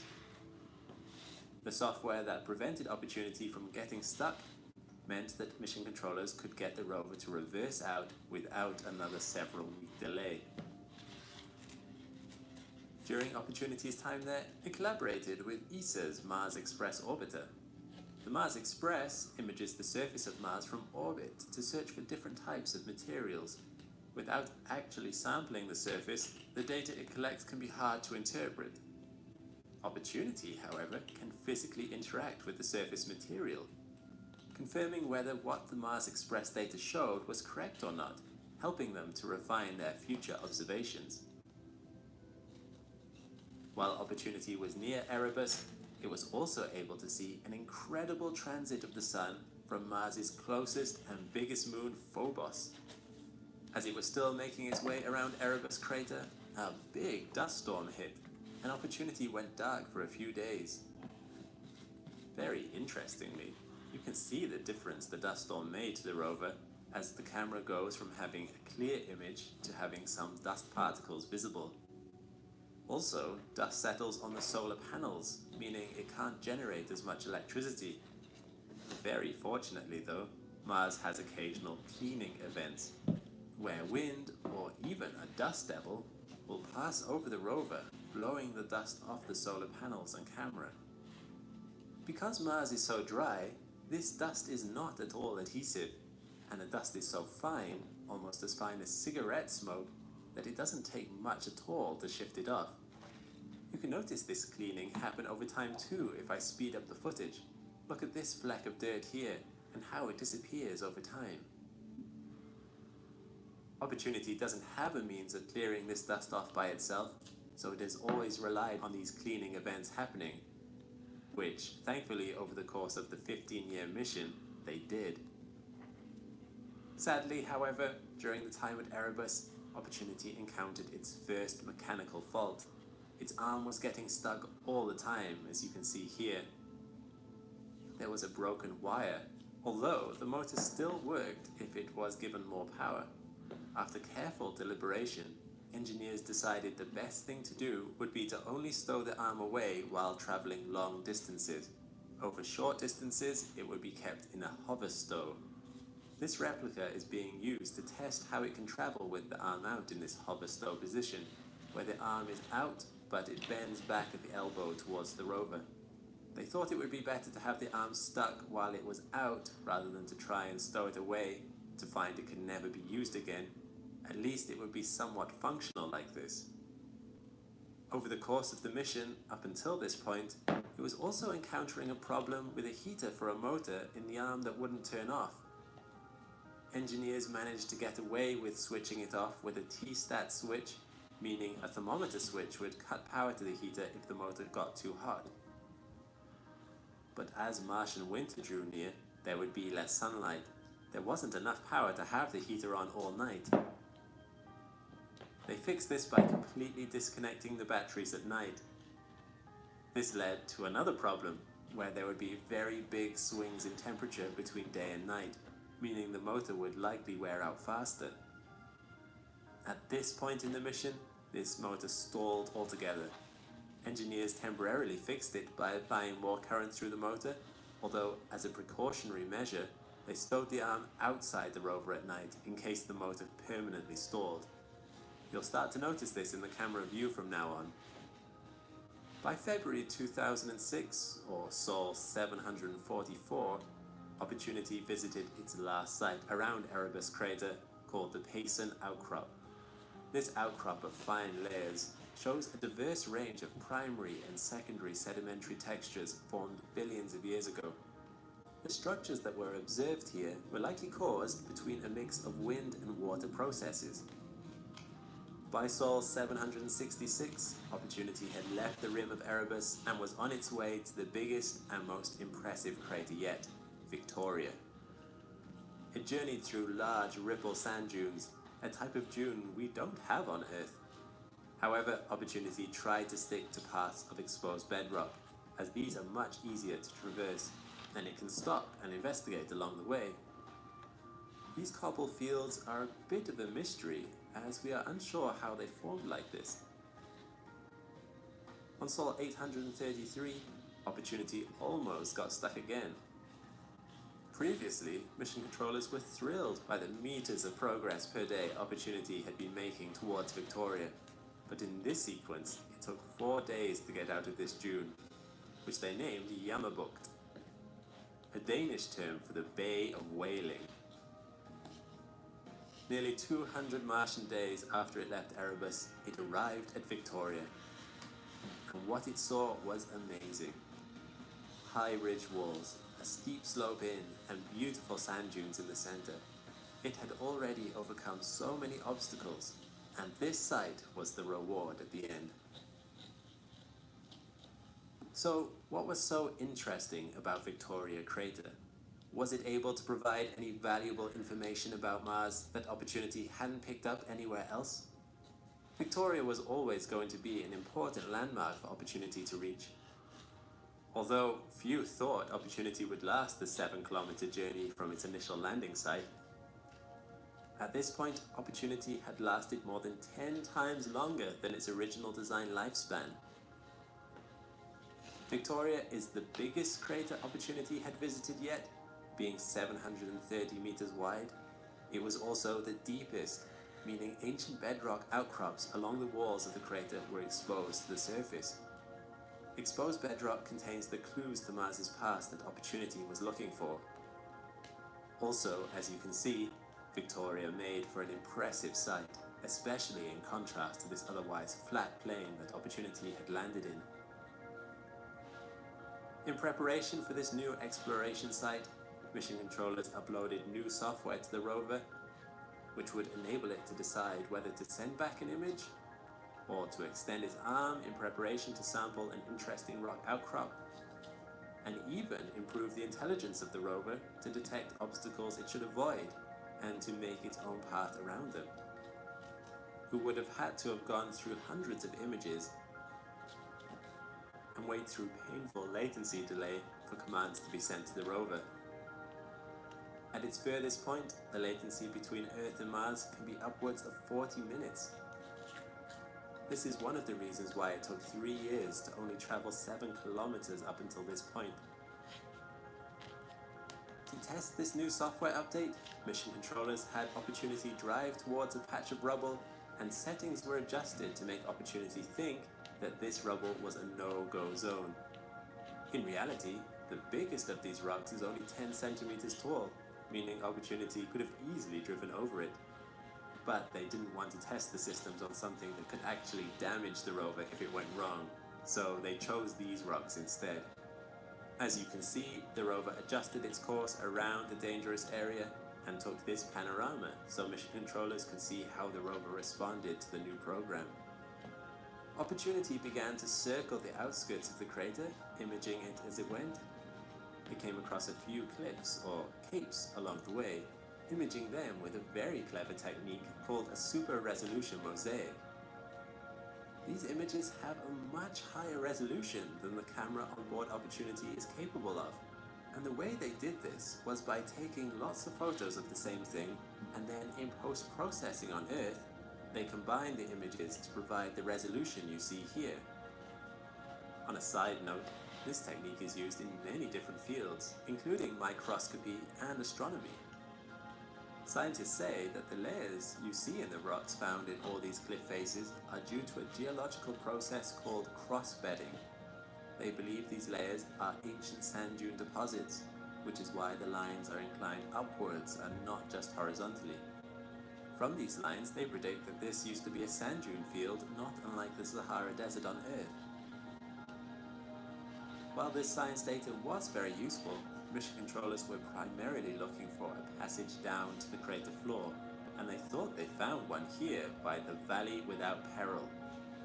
On closer examination, though, it was decided that the slope was too steep. Opportunity investigated a couple of cliffs while it was there, and even came across another meteorite called Santa Catarina, before mission controllers decided to drive the whole way back to the original arrival point at the crater to try and head down by there. This site was chosen because the slope was within the safety limits of the rover, plus the ground was made of flat, exposed bedrock, which meant it wouldn't have much wheel slippage. On the 28th of June 2007, or 1,200 sols into the mission, Opportunity prepared itself for its descent. But just as it perched itself on top of the slope, the biggest dust storm Opportunity had seen yet rolled in, decreasing the brightness of the sun by 96%. That's not quite as bad as it sounds, as the dust also scattered some of the sunlight towards the rover too, meaning it was generating 128 watts on the darkest day compared to its usual 700 watts on a clear day. But this is bad news for a solar-powered rover. That kind of power level isn't enough to keep the rover going. In fact, anything under 150 watts means the batteries begin to run flat. So operations were cut back substantially until the storm was over, and Opportunity was commanded to only communicate back to Earth once every 3 days. If the batteries did run flat, the components on board Opportunity could be damaged due to the intense cold on the planet during the night. Typically, the motors have heaters powered by the batteries during the night to keep the motors warm. If the batteries run flat, there would be nothing to stop there being extreme temperature differences between the night and day. At the equator, anything up to 20 degrees Celsius during the day and minus 75 degrees Celsius at its coldest at night, which would damage the sensitive components. The reason for this temperature variability is because, although Mars does have an atmosphere, it is 100 times thinner than Earth's, meaning it is not anywhere near as good at retaining the heat it absorbs during the day. Going back to the batteries, if they reached a critical level, Opportunity was also designed to trip a low power fault. This basically disconnects the rover's batteries from all but the most essential systems of the rover, putting it to sleep as it tries to charge its batteries with whatever available sunlight there is. Every sol, the rover would check the battery level to see if it could reconnect the other systems, and if so, it would then re-establish communications with Earth. This low power mode could mean that the rover stays asleep for only a few days, but it could also go on for weeks or even months. Chances are at that point, even if it did switch back on, too many of its components would be broken and it wouldn't be able to function anyway. Back to the dust storm. At the start of July 2007, mission controllers initially thought it would only last a week, but by the 15th of July, the storm had reached its peak. These are true color images showing a time-lapse of the storm, and as you can see, it does get very dark. Thankfully, the severity of the dust storm was not quite enough to trigger the low power fault this time, although it did get worryingly close for a while. Eventually, by the 21st of August, or Sol 1271, the storm had cleared enough so that Opportunity could start to move forward again. Sol 1291 saw Opportunity finally enter the slope of the crater, but like it did before with the previous crater, just after it entered, it backed out again to assess the amount of wheel slippage from the slope. As it happened, wheel slippage did exceed the mission controller's threshold of 40%, so the rover stopped with 2 of its wheels still over the lip of the crater. After 2 days of decision making, mission controllers decided to press ahead regardless, and an extended exploration into the crater began. As Opportunity descended, it took some time to investigate any interesting looking parts of the exposed bedrock. It also took some images of the cliffs on either side of it. I think these images showcase just how steep this slope that Opportunity is sitting on, roughly 20 degrees. Opportunity didn't venture too far into the crater, as only sand dunes were found towards the base. It spent its time examining this light patch of bedrock, taking various pictures and using its rock abrasion tool to investigate the rock structure. It was determined from the data Opportunity collected that this area was likely not ever so hospitable to life. So mission controllers picked the next waypoint on their journey, Endeavour Crater. If you thought Victoria was big, look at this mammoth. Endeavour was thought to contain some clays, meaning water was once there, so Opportunity started its journey out of Victoria. At this point, on Sol 1502, Opportunity encountered another fault with its arm. No matter how much power they put into the joint, the arm wouldn't move from its stowed position under the rover. Sol after Sol passed, and the joint refused to move, until they determined the time of day the joint had the least electrical resistance, which was just at dawn before the heater for the motor switched off during the day. When that time came, they put as much power as possible into the motor, and it worked. Not risking ever stowing it away again, engineers had to determine how to maneuver the rover safely without risking damage to the arm. Opportunity then began its 2-year trek towards the Endeavour Crater. This is Endeavour Crater, a huge but shallow crater at 22 kilometers across and 300 meters deep. But why Endeavour Crater? Due to the distances involved, it would take a long time for Opportunity to get there. So, what's so special about this place compared to anything Opportunity had seen before? The most compelling reason, and indeed one of the science goals of Opportunity, was to find evidence of past oceans on Mars. At this point, in 2008, the theory that Mars once held an ocean on its surface was only just starting to get solid evidence thanks to the Spirit and Opportunity rovers. Opportunity at this point had discovered that water once existed on the places it had visited, but these places were no more than shallow floodplains which dried up periodically, not a true ocean. On the other hand, the Mars Reconnaissance Orbiter had spotted what was believed to be clays around Endeavour Crater, clays being hydrated minerals which could have only formed from water being on the surface for extended periods there. Wow. Could Endeavour have been part of a more permanent ocean? And if there really was a surface ocean, are there clues to indicate that it could have harboured life? Mission controllers had to find out. And so, Opportunity left Victoria Crater and began its arduous journey south. The mission team were determined to reach their destination as quickly as possible, while also keeping a lookout for anything of interest along the way. Opportunity made good time across the Meridiani Plains, and by Sol 1818, it had travelled more than 3 kilometers. Nothing noteworthy really happened until Sol 1947, where a large rock was spotted. The mission team decided to investigate, discovering that it was a meteorite which they named Block Island. In fact, large rocks seemed to be the only thing to keep Opportunity busy, later spotting another one called Shelter Island, and a third called Marquette Island. Marquette Island was of particular interest to scientists though, as they believed this rock was part of the ejecta from a large meteor impact, meaning this rock would have come from deep in Mars's crust. Scientists could tell because the grains within the rocks are coarse with a basalt composition. The coarseness indicates it cooled slowly from molten rock, allowing crystals time to grow. Had it formed near the surface, the crystals within it would have been a lot smaller, as it would have cooled a lot quicker. Opportunity was never alone on Mars. It had a sister rover named Spirit, which was exploring the other side of the planet at the time. They both landed on Mars at roughly the same time, and had both far exceeded their original expected lifespan of 90 sols. At this point, they were 1,900 sols into the mission. Although, just like Opportunity up until this point, Spirit had encountered some mechanical failures too.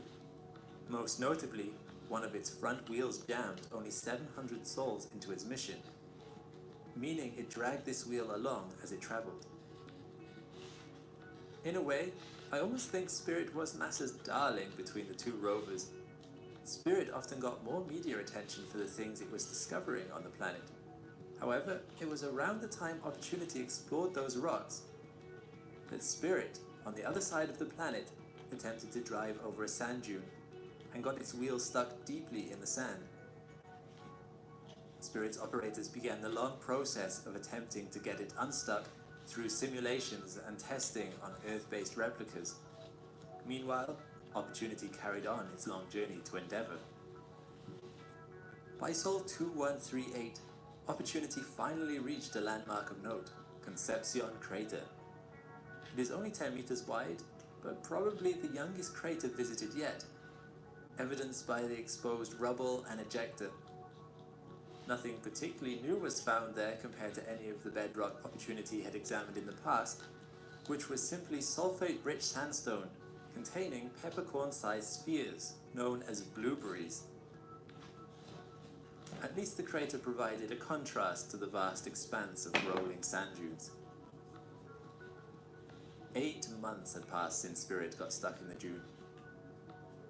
The sand that enveloped its wheels was particularly fine, and the process of excavating Spirit was exasperated by its jammed wheel. During this recovery process, another of Spirit's wheels jammed, meaning only 4 of the 6 now worked. The Martian winter approached for Spirit, and it was getting less and less sunlight to power its batteries. Until finally, a low power fault occurred on the rover, and its systems disconnected from the battery. Spirit went silent.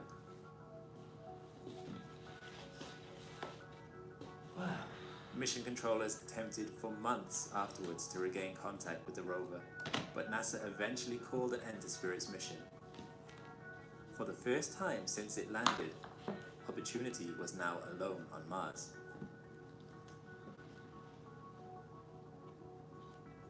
Opportunity's long slog over kilometers of sand dunes to reach Endeavour was becoming taxing for the rover. Perhaps overly anxious not to have a repeat of what happened to Spirit, mission controllers decided to reroute Opportunity's course. A longer route, but hopefully a less arduous one. This route would also take it by what was named Santa Maria Crater. By Sol 2244, Opportunity set a new record for the longest lasting mission on Mars, finally beating Viking 1's mission duration. Opportunity could begin to see the rim of Endeavour, spotting the landmarks of Cape Tribulation, Cape Byron, and Cape Dromedary. However, even 100 sols later, it was only halfway to Endeavour from Victoria. It had made good time, considering it has a top speed of 5 centimeters per second, and often went half of that to be safe, with frequent stops to look out for potentially problematic sand dunes. You'll notice the rover's tracks are ahead of the rover in this time-lapse. This is because there is also a navigational camera on the back of Opportunity, allowing it to drive forwards or in reverse to evenly distribute wear and tear on the motors. Although, another reason right now was to protect Opportunity's extended arm, which, as I mentioned in the last episode, got stuck in this position. On Sol 2449, Opportunity finally arrived at Santa Maria Crater.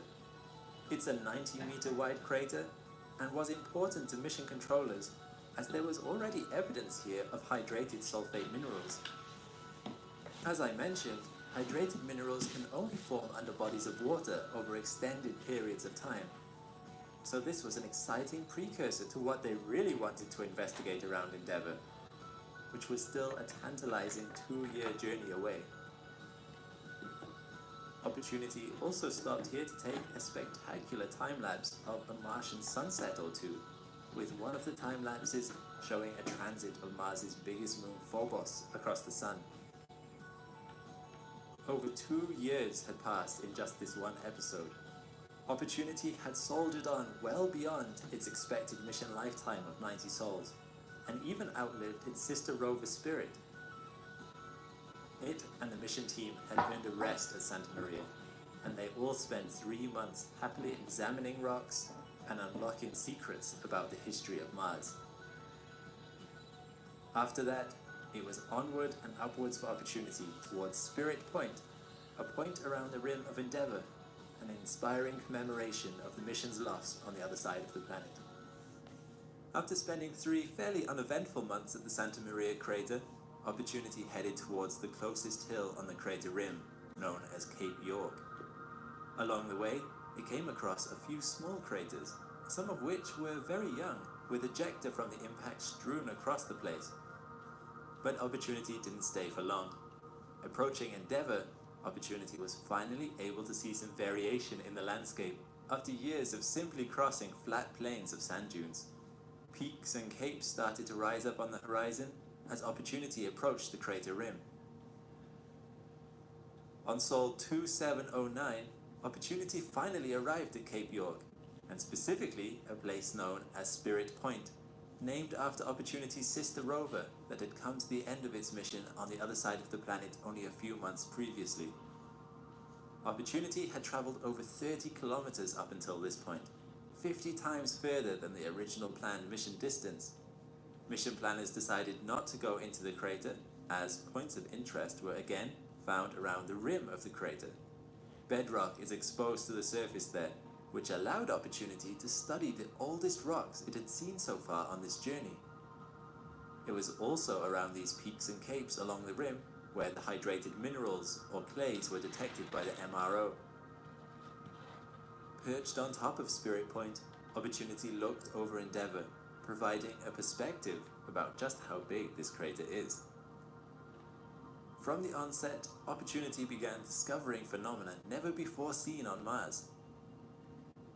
You may remember from the previous episodes that the soil found around the areas Opportunity had thus far explored contained countless smooth, tiny, round rocks, nicknamed blueberries. Around Endeavour, no blueberries were to be found.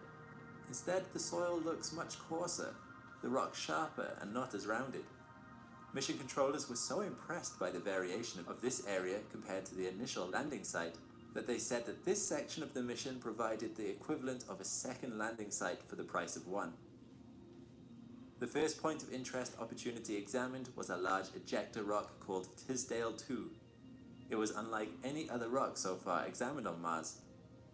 It had volcanic characteristics, but contained more zinc and bromine than previously seen. It was determined to be a type of breccia, old rock fragments having been fused together. This was further evidence for water.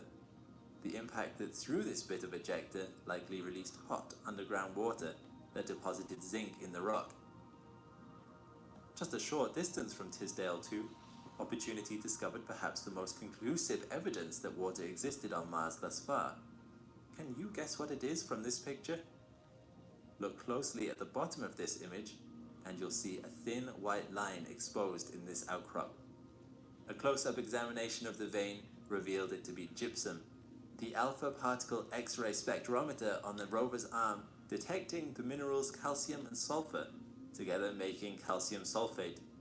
They named this vein the Homestake deposit, and it likely formed from water dissolving calcium out of volcanic rocks, which combined with sulfur, and was then deposited as calcium sulfate into an underground fracture that later became exposed at the surface. The impact that threw Tisdale II likely had something to do with this vein as well. If this is the case, it shows that water once flowed through underground fractures on Mars. Later analysis of the data Opportunity collected showed that not only was this likely to be gypsum, but also that the water here would have been much less acidic than it would have been around other locations on the planet, meaning it could have been more conducive to life. Martian winter was soon setting in, meaning shorter days and a lower sun in the sky. For a solar-powered rover that can't adjust the angle of its solar panels, this is not the ideal situation, but for the first time since the mission began, Opportunity had the opportunity to to spend the winter on a slope aimed towards the sun, meaning that for this winter it would be confined to an area named Greeley Haven. This area was not only aimed towards the sun, but it was also rocky, meaning Opportunity had a lot it could examine during these few months. This 360-degree panorama shows the tracks of Opportunity as it carefully navigated its way to its winter lodgings. The fact Opportunity had to wait a few months in one spot is actually handy, as the Musbauer spectrometer in the rover's arm uses radiation from cobalt-57 to determine the composition of a sample. However, cobalt-57 has a half-life of only 9 months, which wouldn't have been a problem for a 3-month mission. Opportunity was now 8 years in, and examining the composition of a rock now took weeks, compared to the half-hour it would have taken at the beginning of the mission. When it was not examining rocks, it could also use the time to study tiny wobbles in the rotation of Mars to gain insight about the planet's core. It requires weeks of radio tracking the motion of a point on the surface of Mars to measure changes in the spin axis of the planet, something which couldn't be done before as Opportunity was always on the move. The wobbles they were looking for would indicate whether the interior of Mars is still molten or not. Opportunity's weight also meant it could examine the effects of wind on the dunes of Mars from a ground perspective, even at the microscopic level, using the microscopic camera on the rover's arm, checking for slight changes over the months it was stationary. Months had passed, and winter was turning again to summer.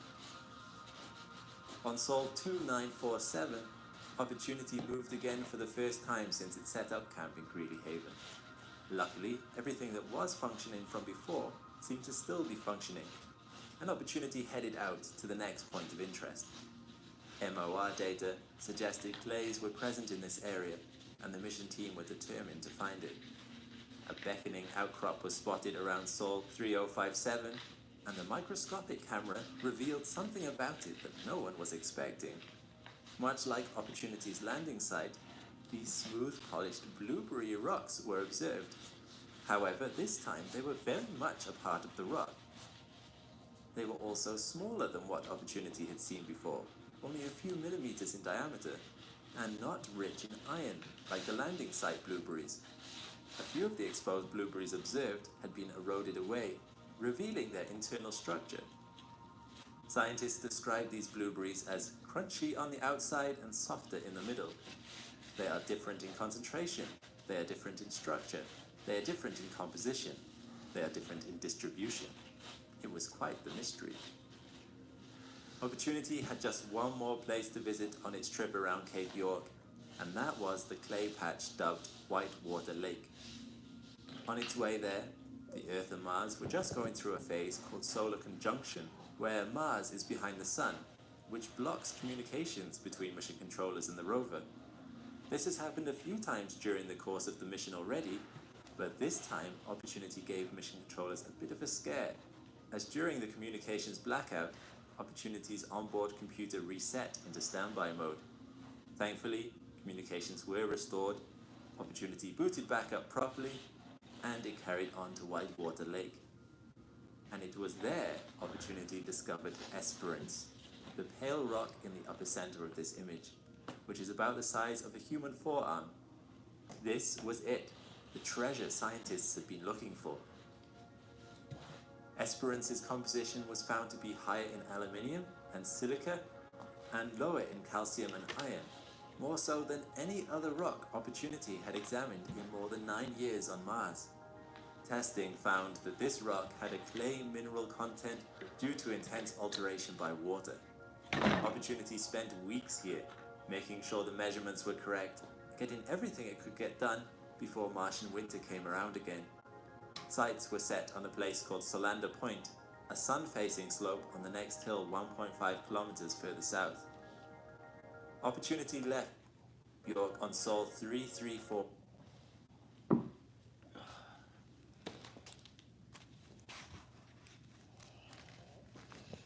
I have to take a break here. Too tired. Two more pieces to cut, then the whole thing will be finished structurally anyway. I still could paint and touch up and clean up and everything like that.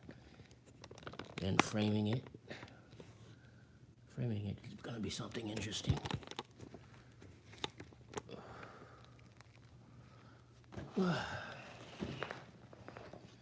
So just 2 more pieces, but they're inside pieces. They're more difficult to cut. They have more curves, but only 1 layer thick, so I won't have to cut more than 1. So 2 more pieces to cut, and so that means I could finish tonight if I get some rest first. And this will be done. I'll be happy about that. Alright, let me shut this down.